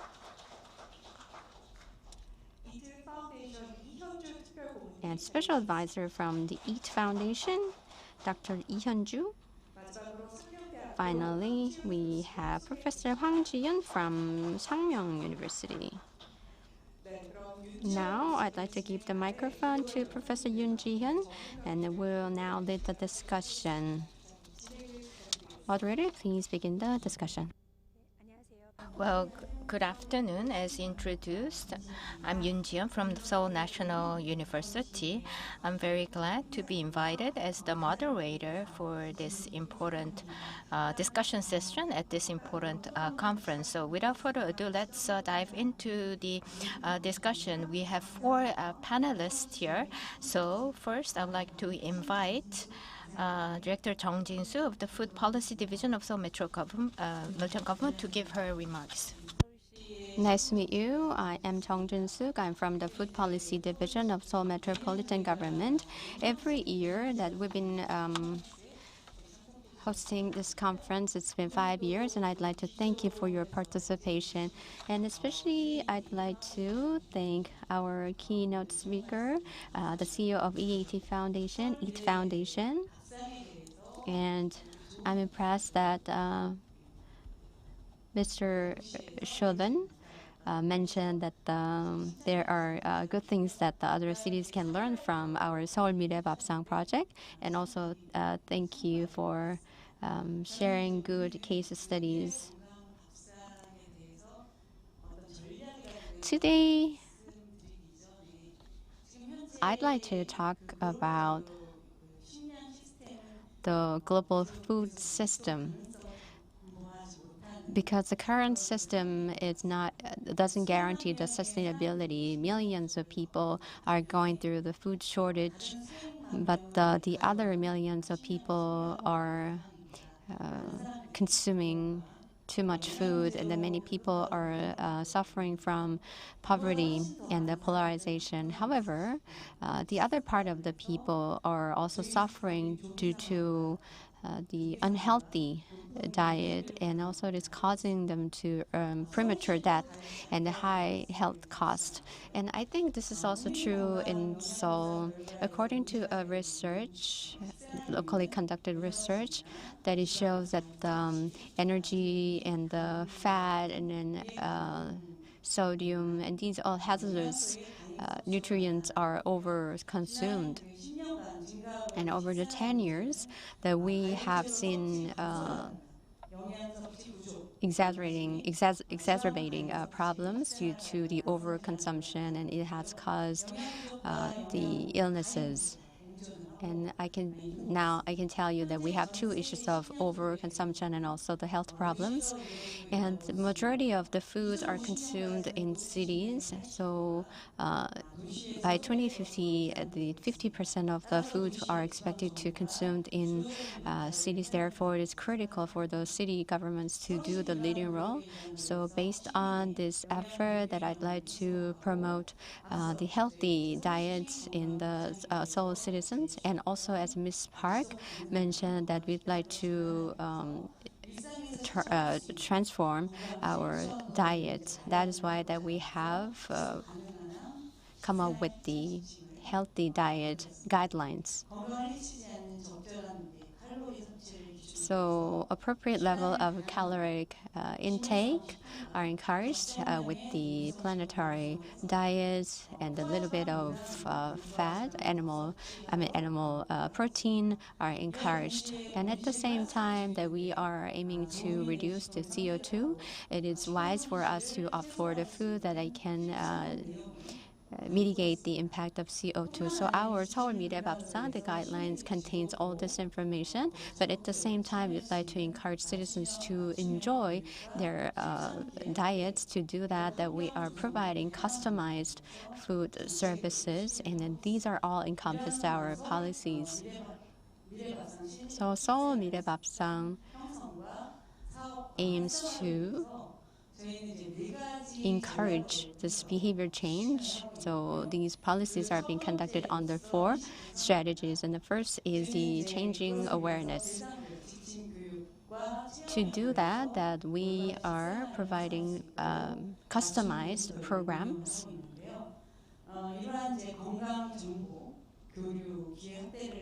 So by providing more opportunities to share information about healthy diets, that we are engaging the people who are working in the F&B services. So we are providing various tools, including videos and the booklets. And the second is raising awareness. To do that we are encouraging citizens to actively participate. And to do that, we are promoting various programs, encouraging citizens to set good, healthy food tables. And we have invited public and the private sector collaboration. And as part of that, we are providing credits or healthy points. So if citizens are engaging in this campaign programs, that we are providing credits or points so that citizens can get rewards. And the third one is that we'd like to make a good environment, that we're connecting. We have created a special shop so that healthy foods are being sold. And also we are raising a campaign by designating certain dates as a planetary health diet day. And lastly, Seoul City is working closely with related stakeholders, not only the government, but also the medical centers and so on. And with the our strategies that we are actively participating in C40 activities and also MUFPP, and we are serving as a representative in Asia Pacific in the steering committee. So as I said, that the Seoul city is committed to transforming the city food diets, and we have implemented these various strategies. So we were able to learn cases from Milan and New York and Germany, and also from the EAT Foundation's effort. And these valuable presentations have shared us the directions that Seoul City has to pursue. And in the following discussion, that I look forward to various insights so that we can learn how we can transform Seoul's health diet direction. Thank you. 감사합니다, 과장님.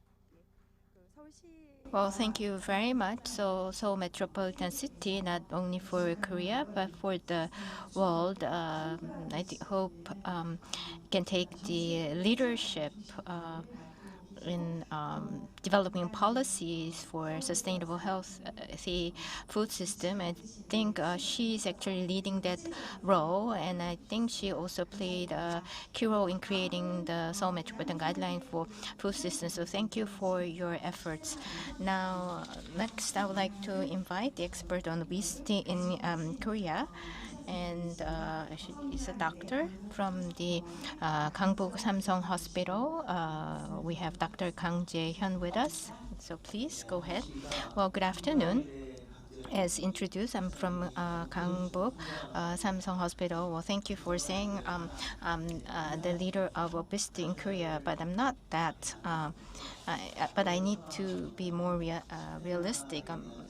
So I'm trying to train my patients so they can go off drugs and lead more healthy life. So sustainable food system is an important issue for the countries around the world, but I believe it's more so for Korea. This is because as of 2021, grain self-sufficiency of Korea is less than 20%, and in terms of all food systems, self-sufficiency is less than 40%. So it's a very serious issue for Republic of Korea. But at the same time, 14% of the food that we eat is thrown away, and as Director Narendra Park has said, more than 20 trillion is spent to handle food waste. So we are suffering from food shortage, but at the same time, we are also one of the biggest wasters of food. But only 20 years ago, Koreans were said to be rather slim, but it's no longer true. And especially in the last 3 years with the COVID pandemic, obesity rate actually rose very sharply, especially for men. 1 out of 2 middle-aged men can be categorized as obese. And for the last 20 years, Korean women that were always slim, but fortunately for the last 2 or 3 years, we have seen also obesity rate for women also rise. But what is most concerning is for the youth and teenagers. Most of the adults might not be aware of this, but compared to OECD average, our boys' obesity rate is higher than OECD average, and they will soon become adult, which means our adult obesity rate would also be higher than the OECD average. And I think the key factor of this is because we are eating, going directly against the healthy diet style. We have fast food, ordered, takeout food, junk food, fat, saturated ingredients. And so, in other words, we don't have really healthy diet. Against this background, the Seoul Mirebapsan led by the Seoul government. And as we heard from our keynote presentations and case presentations, the direction that they're proposing are what is in dire need for Korea also. And what was really impressive was listening to the Berlin case. And you said to benchmark Copenhagen, not only in terms of the size of the city, the conditions were different. Hence, you said modification was necessary. So in this regard, given that Seoul is again larger than Berlin, and I think when I talk with patients, our dietary habit is so different from the West and other countries. So just adapt other countries' practice as is rather not really practical. So Seoul Mirebapsan, as was presented by Seoul Metro government, I cannot but fully agree. So it's about less processed food, low carbon food, have a more balanced diet, and not create waste and recycle food. I think that is the perfectly right direction. But as a doctor, sustainability and health food, I am more leaning toward giving health more priority rather than sustainability. But because of the uniqueness of the Korean diet, planetary diet cannot suffice in meeting our protein requirement, especially when the calorie intake rises. It could even lead to weaker muscles. And another thing is maybe this is unique for Korea of the protein intake. Rather than animal protein, so rather than taking from meat, we take more protein from seafood. We are the only country doing that in Korea. So there will be cultured fish, but also other like shells and shrimp and other things that we can easily fish from the ocean. So from the seafood, they do have a lot of carbon emissions, but there are also things that can be locally sourced even for the seafood. So given that, maybe we can encourage more of the seafood intake, and especially animal product or animal protein, maybe we can have less of it so that we can have more balance in our diet, but at the same time have healthy as well as more sustainable food system. And also the school cafeteria, thanks to many years of efforts, we have high quality cuisine, and I think our canteens and cafeteria and their chefs have received good training. So there is a balanced diet offered through that menu. But when we finish school for adults, it's true that we don't really train them to eat in the right way or in more healthy way. I mean, for Koreans, we are very good in memorizing things and excel in exams, but not really in other things. So Metro government is doing excellent job even now. But for those that are adults, teaching them to eat in more healthy way, we need more education for them. So I think even so Metro government have created apps for exercising, healthy diet, and we can have more utilization of those apps. Yes, they have a dietary menu in that, but if we expand that menu, we can encourage adults to eat more healthy way. Thank you. Thank you, Professor. That the Seoul City has great infrastructure so that we can connect these dots, and then we will definitely can create synergy effect, and I absolutely agree with you. And now I'd like to welcome the third discussant. The third panelist is she was introduced by our keynote speaker. She is representing EAT Foundation. She's a special advisor. She is the one representing EAT Foundation in Korea. Her medical practice is in Chinese medicine, and when the Eat Forum was conducted several years ago, I met her, and then she was the only Korean. So meat-free Monday, right? Yes, meat-free Monday campaign is led also by Dr. Lee. I think Ms. Lee has Dr. Lee has prepared a PPT.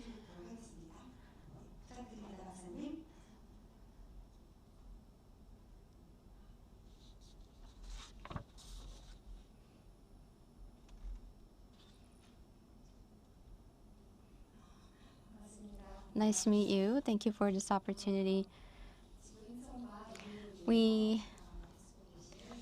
I sincerely thank Mr. Olaf Scherben and the officials of the Seoul government for their dedication to the future of our planet and humanity. Currently, 16 cities worldwide, including Seoul, have adopted a planetary health diet as part of their policies. And then, as a Korean citizen, I'm very proud of the Seoul's effort. The planetary health diet model aims to provide healthy meal to 10 billion people by 2050, and then we aim to achieve two specific sub-goals under sustainable food production and health eating. And under that, there are five detailed, objectives. And as you can see from this plate, the first goal is to provide healthy diet model, and then majority, 50% of them consist of fruits and vegetables, and also we provide whole grains and plant-based protein, saturated plant oils. However, also it includes animal protein a little bit, but we are open to customized approaches. Advanced countries have already introduced national diet guidelines, and my plate, the USDA's national dietary recommendation, the US also suggests a 50% proportion for fruits and vegetables, and also the Harvard School of Public Health emphasized whole grains and plant-based protein consumption, and the name is Healthy Eating Plate. And also Canada's recent national dietary guidelines emphasize plant-based protein. And this is the food guide wheel by the Korean Nutrition Society. Here, the rice and bread are introduced in the carbohydrate group. And on the right side that you see Seoul 미래 밥상, which is a future food table. And here it emphasizes the intake of whole grains, fruits, and vegetables. And also it provides concrete method, the detailed method, how to reduce food waste. According to Dr. Michael Clark and his team in the University of Oxford, he has ranked food groups based on the impact of the environment and health. And as you know, red meat is the least healthy and least environmental friendly food. And what we have to be careful about is the cheese. Cheese is a lacto-vegetarian diet option. However, cheese is emitting high carbon. So when we are devising our menu, we have to be cautious with cheese. The planetary health diet focuses on plant-based diet. However, it suggests a flexitarian diet, which allows meat, fish, eggs, and there are 12 simple diets. And I think we can apply this to the Korean typical menu. Koreans eat noodles, rice, and also porridge.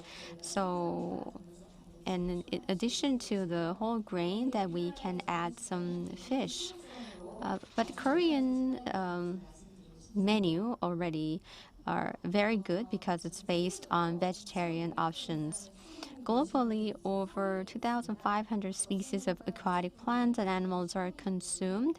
And then given that red meat and dairy are high carbon foods, that we are now promoting changing meat to fish. However, what we have to be cautious is that we have to be careful with chemical or pathogens entering the oceans. So there are potential risks, and also antibiotics can be used in aqua fishing. So EAT has brought together a blue food assessment team comprising of 100 researchers from 25 institutions to explore sustainable fisheries and seafood consumption. And currently, in New York and California, lifestyle medicine specialists are recommending plant-based diets. So I hope that more programs encouraging citizen participation, such as metabolic syndrome improvement programs, can be more encouraged. However, I'm very proud that the Seoul City is doing already taking such role. EAT Lancet 2.0 version is about to be released. 24 members from 17 countries are participating. So we are focusing on the issues of equality. So we will continue to enhance our diet by modeling after the Intergovernmental Panel on Climate Change. We have a traditional concept that Koreans believe that the food is the medicine. In our culture, that we believe that the human, we are the universe, and that we know how to cure us and the nature. That the planetary health diet is not a new one. However, it is critical for Koreans to revive the existing diet that we have already, so we can revive the healthiness of the earth. The rising trend in Korea is interesting, especially the younger generations are opting for vegetarian options, but they are not strictly vegan, but more flexitarian. So by communicating each other that we have to respect the diversity and the different styles and different taste in terms of the diet. So in this process, that we should focus on reducing the food waste. And while traveling around, I was impressed to note that how intelligent Koreans and the discussions are. And I'd like to close by thanking the Seoul City government for giving this opportunity. Well, thank you very much. And also, it was good for understanding that you also prepared a presentation deck.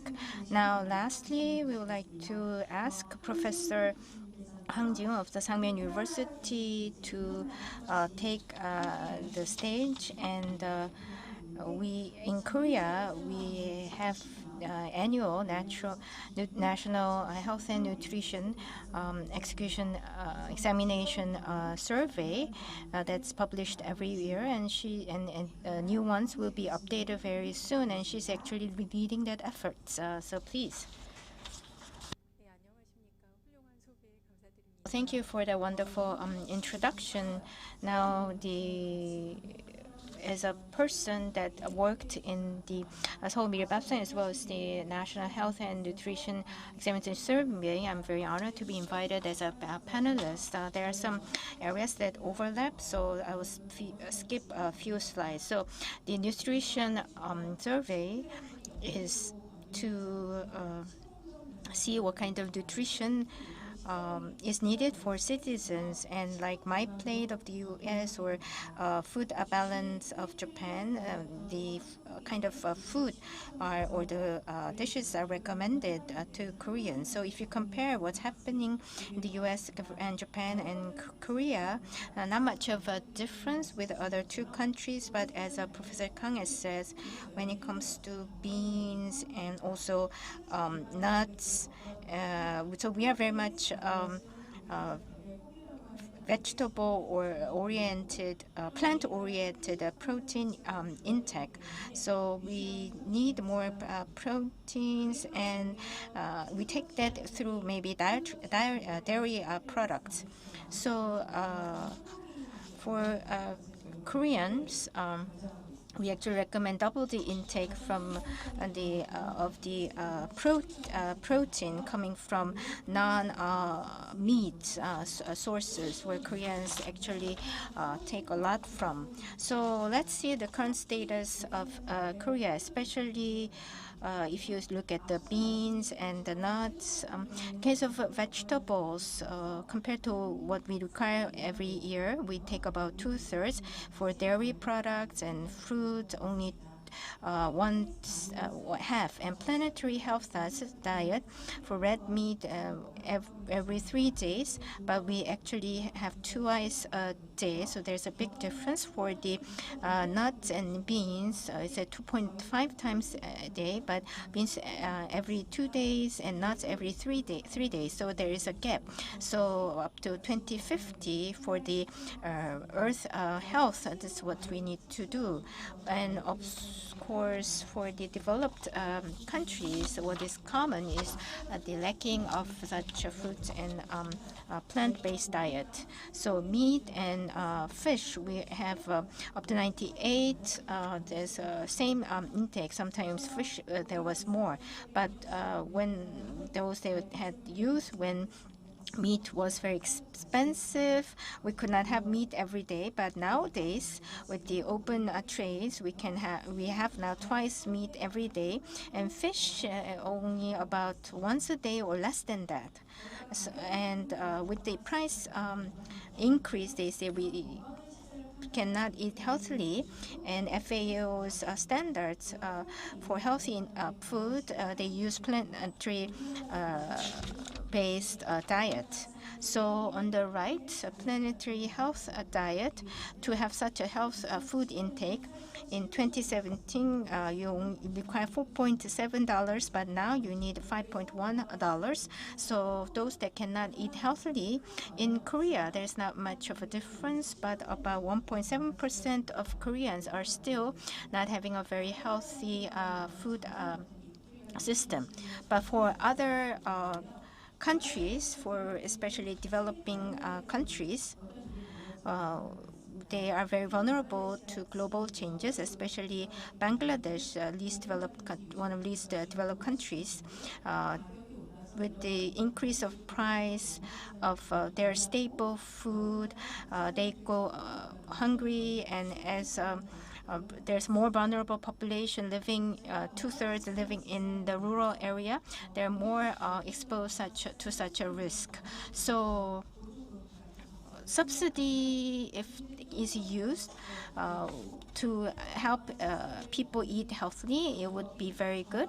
And to eat more healthily is about having more health food and less of the non-healthy food. So it's very crucial to recommend to eat more health food, and especially at Lancet, what they say, I actually like this diagram.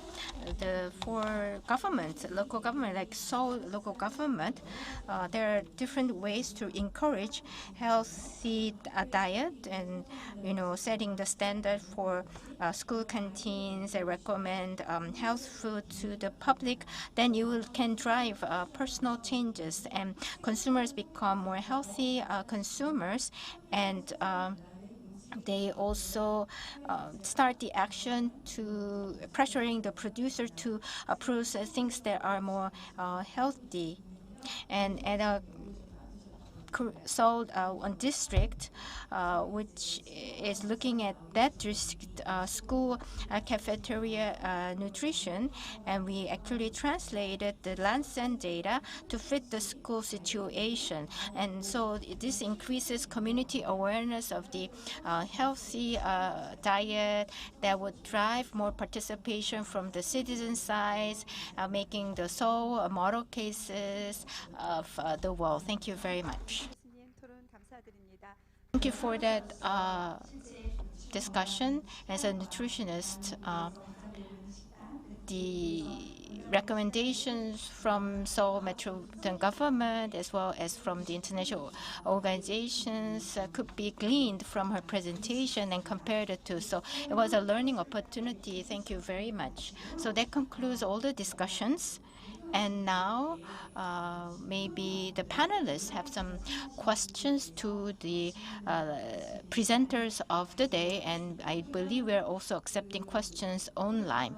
So when we have such a discussions, we always have to hurry because of a shortage of time, but now it seems we have ample time because everybody complied with the schedule. So first, EAT Foundation's Dr. Olaf Corvin,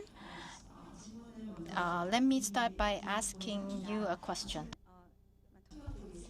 I hope that this my message is being translated to you. So before I ask you a question,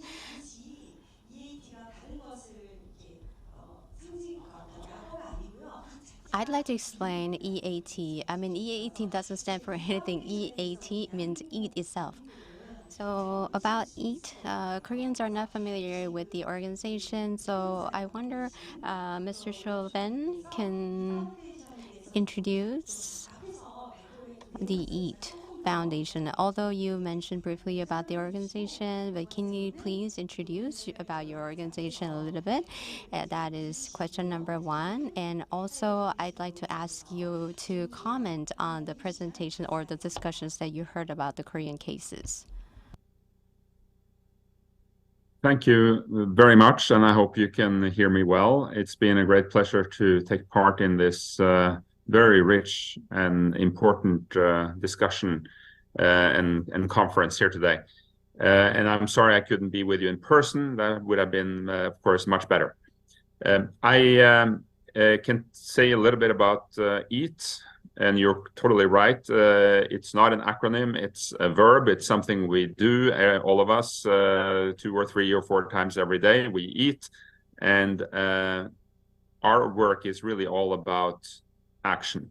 It's about making the changes we need to make to keep the world safe for the future, both in terms of issues like climate change, nature and biodiversity, but also our own health and well-being as human beings. And EAT is a non-profit organization based in Oslo, Norway. We are a global platform. We are science-based and science-driven, and we are also science-generating. The planetary health diet came from the work of the EAT Lancet Commission that we set up in 2016, and which came out with its seminal report in 2019, for the first time setting guardrails or scientific targets for the world when it comes to our food systems in relation to nature, biodiversity, climate, etc. But so environment, if you wish, and also our own health, public health. And that's where the planetary health diet is really the scientific target, if you wish, for our nutrition and health. And we're delighted to see that Seoul is basing its work on the planetary health diet, as are many other cities around the world. In addition to generating science, and Dr. Hunjo Lee did an excellent presentation talking about the Blue Food Assessment, and also mentioning that we are now working with the second EAT Lancet Commission to update from the first report in 2019, and the second EAT Lancet Commission will come out with its report in 2025, both updating the planetary health diet and contextualizing it to different parts of the world, which was not possible in 2019. And also for different demographies, including the needs of children, for example. We will also be updating the planetary boundaries framework and have much more precise targets for example, water and biodiversity. And we will include for the first time also air pollution as well as chemicals in that framework. And we are adding, as Dr. Lee was mentioning, social justice as an important third dimension, in addition to public health and environmental sustainability. So the science generation is a very important part of what we do. In addition to that, we also convene all relevant stakeholders around the big table of food to build momentum for change and to catalyze new initiatives, new collaborations to drive change. And for example, the food system network of C40 was created as a result of the Eat Stockholm Food Forum, which convened every year between 2013 and 2019. We had to make a pause to that because of the COVID pandemic, but we are bringing it back in 2025 when we launch the second E-Lancet report. The third thing we do is to try to build new initiatives to enable the changes in our food systems that are needed. And that includes TURF's consortium that I mentioned in my presentation, and also something we're calling the Good Food Finance Network, which is about shifting the capital flows that go day in and day out into our food systems towards what is needed to achieve food systems transformation on the production side and also on the consumption side. So that is EAT. I really enjoyed listening to the panel. There is such richness in what is happening in Seoul. And I think if I have a question, it would be around how to work with national authorities to ensure that there is access to affordable, healthy food for residents in the city of Seoul, particularly low-income population groups, vulnerable populations, because a big problem today is that the unhealthy food is cheap and the healthy food is too expensive and not really available and accessible. And that is something that has to change, and that requires collaboration between cities and national governments. Thank you so much. So Mr. Schroben has mentioned many things, especially he mentioned that the first report, which was released in 2019, will be updated in 2025. When it was released in 2019, unfortunately, Korea couldn't participate in it. But since we have the representative here, Dr. Lee, that I hope that Dr. Lee can participate in 2025 report update. So they'll focus on social justice and also the care for vulnerable households, and the sustainable health diet will be all encompassed. And then when the report is updated, I hope that the Korean voices can be, included, including Dr. Lee's, participation as well. I hope this can be translated.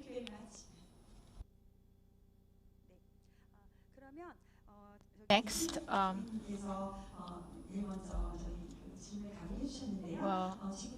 then like to open the floor to accept questions from the panelists or from our online audience. Now, I believe Ms. Lee had some question to other speakers. I have a question to Patrick from the canteen Zukunft. Can I ask your question, Patrick? Well, my question is this. Now, when it comes to school lunches or school canteens, the students, how they're accommodating or accepting such changes, and it's not forced on them, but they are voluntarily accepting those changes or new menus. Now, so how do you educate the students so that they can voluntarily follow such a recommended or healthier diet or menu? So I wonder how you train these or educate the students, and what's your feedback from parents? When policy might be successful, but sometimes it's not really popular to students. So I think that's common in other countries also. So I wonder what happened in Berlin. Well, yes, with Kantine Zukunft, our approach is not about food education, but making delicious meals. And this is a pretty easy way to get the food to the kids. The kids associate the food, or most of the times, the kids associate the food with a certain face behind it. So what has been done in Berlin is the staff that is giving out the food has been especially trained how to communicate with kids. Which makes a big difference. And every time when we are working together with a catering company, for example, that caters to schools, etc., we ask them what is it what the kids do like, and how can we make it healthy without telling them actually that it's going to be healthy. So it's a Trojan horse tactic in a way, but we don't educate the kids about it too much. We just ask ourselves, how can we make it in a way that kids will like it? It's very, very simple. And there are many other projects throughout Berlin that have a more, or that are more focused on the subject of food education.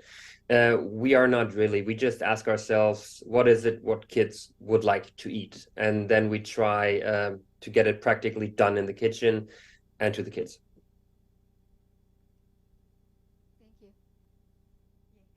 질문해 주신 내용 발표하실 때도 이런 Oh, I believe that's also been emphasized in his presentation also. So I find it's very different from Korea. We use often the words like nutrition education, but I think food education was used as a holistic approach in Canteen Zukunft, and I think that is something that we can learn. So rather than forcing change upon the students, but the suppliers, let them focus on making it more delicious, so they can be more accommodated by the consumers, i.e. the students. So this is something we can learn from. Thank you very much. Do you have a question from the panelists? Okay, Professor Kang. Yes, please ask a question. I'd like to ask this question to Patrick again. So you talked about making more organic ingredients and resulting in increase of cost, and you actually overcome that by adjusting other recipes and other elements of cooking. But if you see actually on site through cooking, making it more delicious, that approaches. Actually, when it comes to large canteens or cafeteria, they use a lot of pre-made food or processed food. And they use that because you need a more manpower and more cooking hands if you want to make it more deliciously.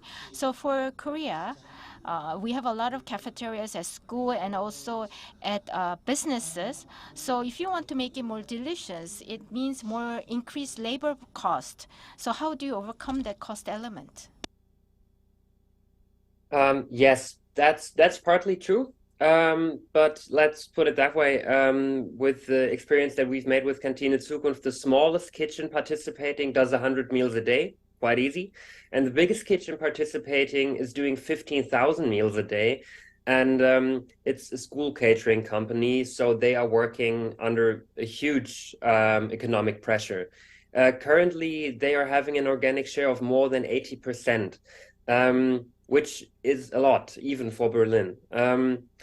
And we chose pretty easy ways to make it possible. We won't suggest to, let's say, work with fresh vegetables and raw vegetables, since you need more workforce to cut them, etc. So we just take the frozen ones, but they can be organic as well. And we try to focus on the processes that make a change in the meal, but that can be done with the hands that we have that we do already find in the kitchen. So Kantine Zukunft is a program that can't really be translated from kitchen to kitchen the same manner. We always have to have a look at the framework within the kitchen to decide on what to do. And there are kitchens who can work with a real high share of fresh and organic ingredients, and then we have kitchens who simply can't, and we have to find solutions for all of them.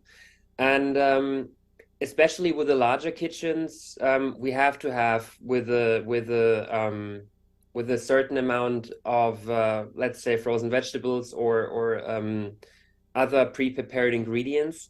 But we try, or not even try, we do have to keep the amount of convenience products as low as possible. So we don't use ready-made sauces, we don't do ready-made spice mixtures, etc.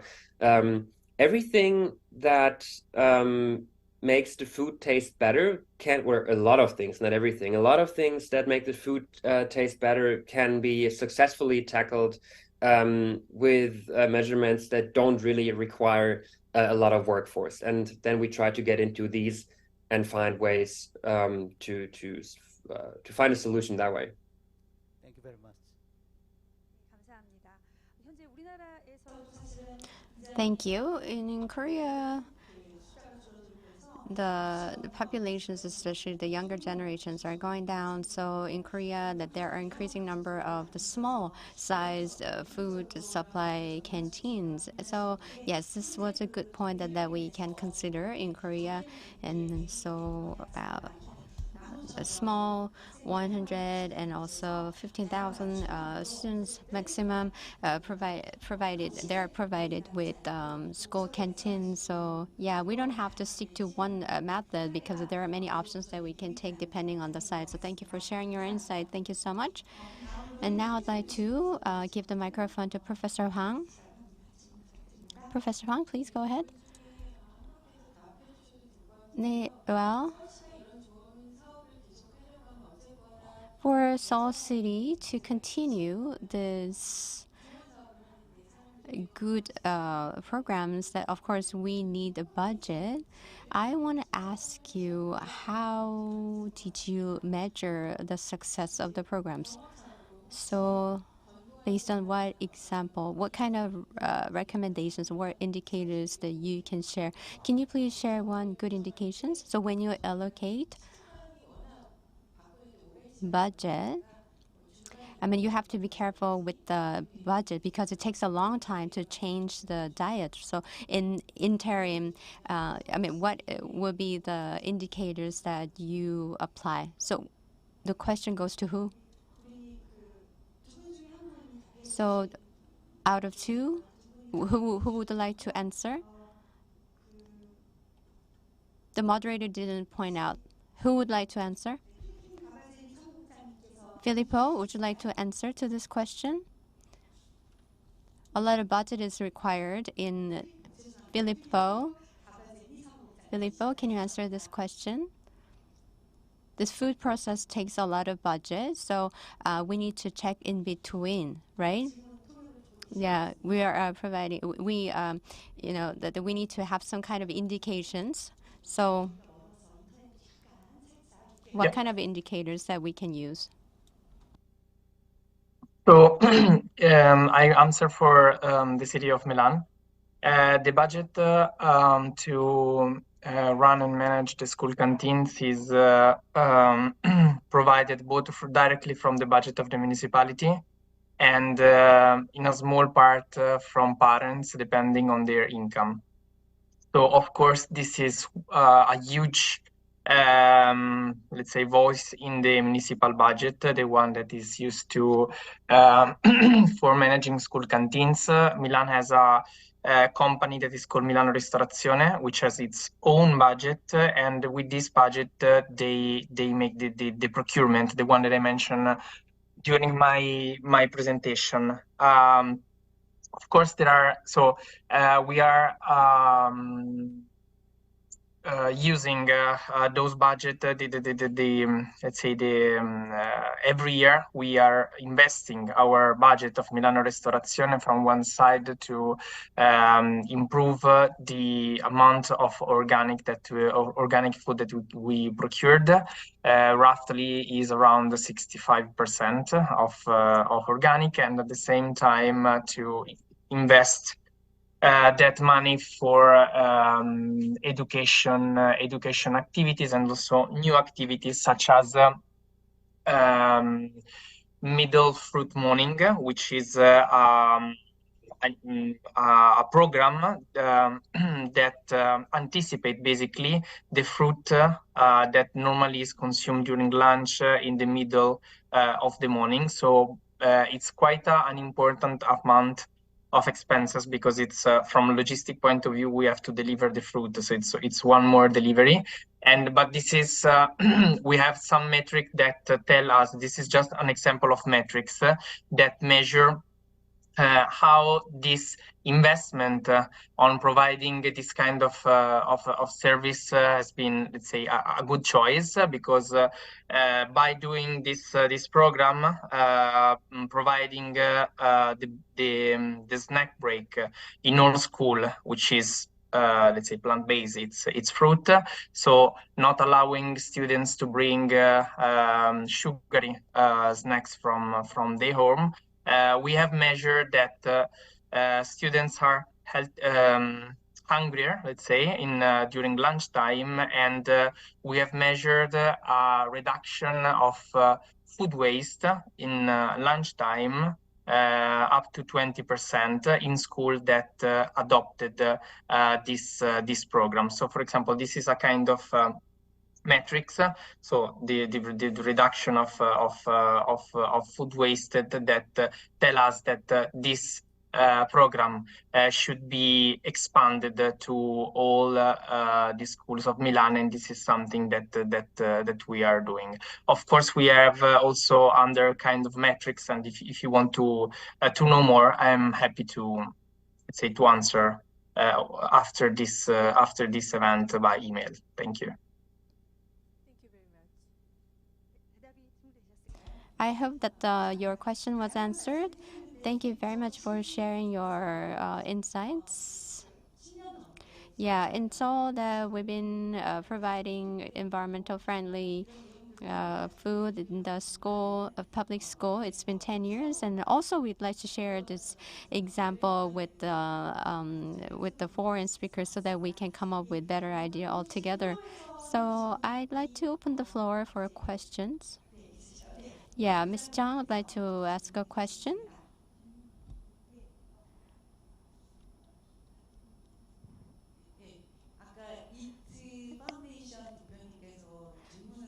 I think, yeah, Dr. Chauvin, Mr. Chauvin asked a question to Seoul City government. We are providing food subsidies to vulnerable families. Yes, I'd like to touch upon that.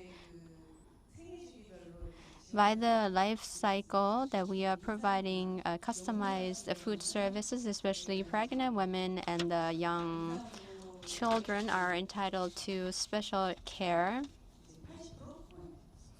About the vulnerable families under 80% of the income, that we provide the package, a nutritious package. So we provide periodically, regularly, we provide this kind of package. So we're also providing education for good food. And then not only just providing that, but we are also follow up their health. We check their health issues to make sure that they don't become obese. And one of the target is the young generations, especially in their 20s. Some of the young adults under 120% of income are our target. These young adults tend to order cheap foods, which cause imbalance in nutrition. So especially the young adults who stay home, not doing outdoor activities, that we encourage them to come to cooking class, and we encourage them to consume. And then we provide hands-on education, and also we provide the package, nutritious package, so that we provide, fresh ingredients so that they can cook at home. So, and this is not my duty, but from other welfare department, they target elderlies in the vulnerable family. We provide the lunchbox every day to vulnerable elderlies. We deliver them to their homes. And if they have difficulties in moving, then we visit them and cook them. And these are the support that we're providing to the vulnerable family at the city. Thank you. And yeah, Mr. Chauvin has another important appointment, so he was not able to listen to Ms. Park's answer. However, I'm sure that the Dr. Lee will deliver the message to Mr. Chauvin, and Ms. Dr. Lee, please deliver that message to the CEO. Now, I can see that the questions are coming up online chat. This question goes to Filippo.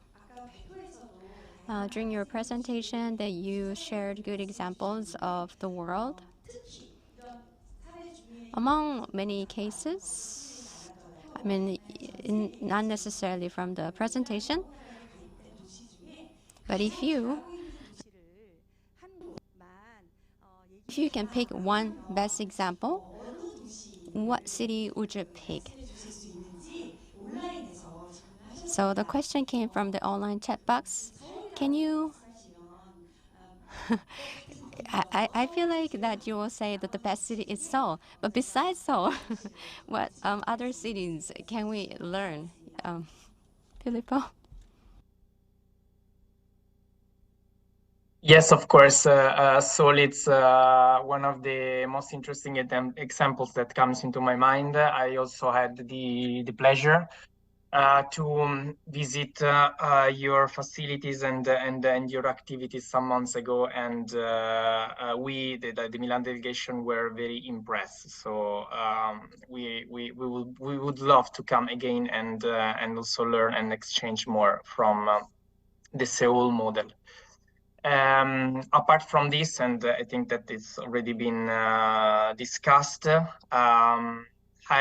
in my mind pops up different different examples. Of course, we suggested also to have here today the city of New York that won the Milan Pact Awards on this, and also Berlin. I would like to pick an example from South America by saying like two examples. One is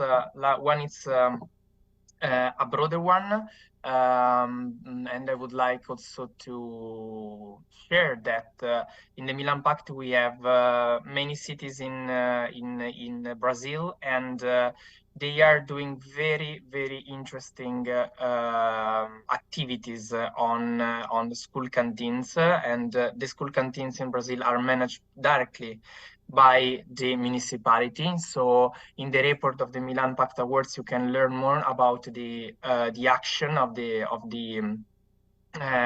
Brazilian cities.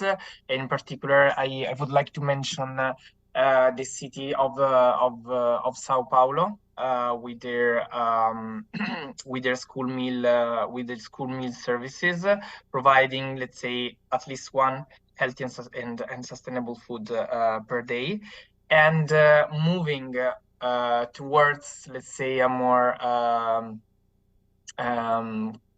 educational based program. I would like also to mention the city of La Paz, which is developing a very interesting online campaign on social media on how is important, let's say, to educate and sensitize students and their family on eat healthier, both in school but also outside school.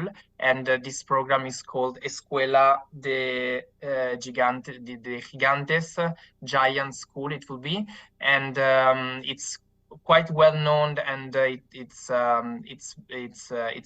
very well followed by the student. Again, on the website on the Milan Pact, you can learn more about this practice. I wanted to mention South America because there was no example in my presentation.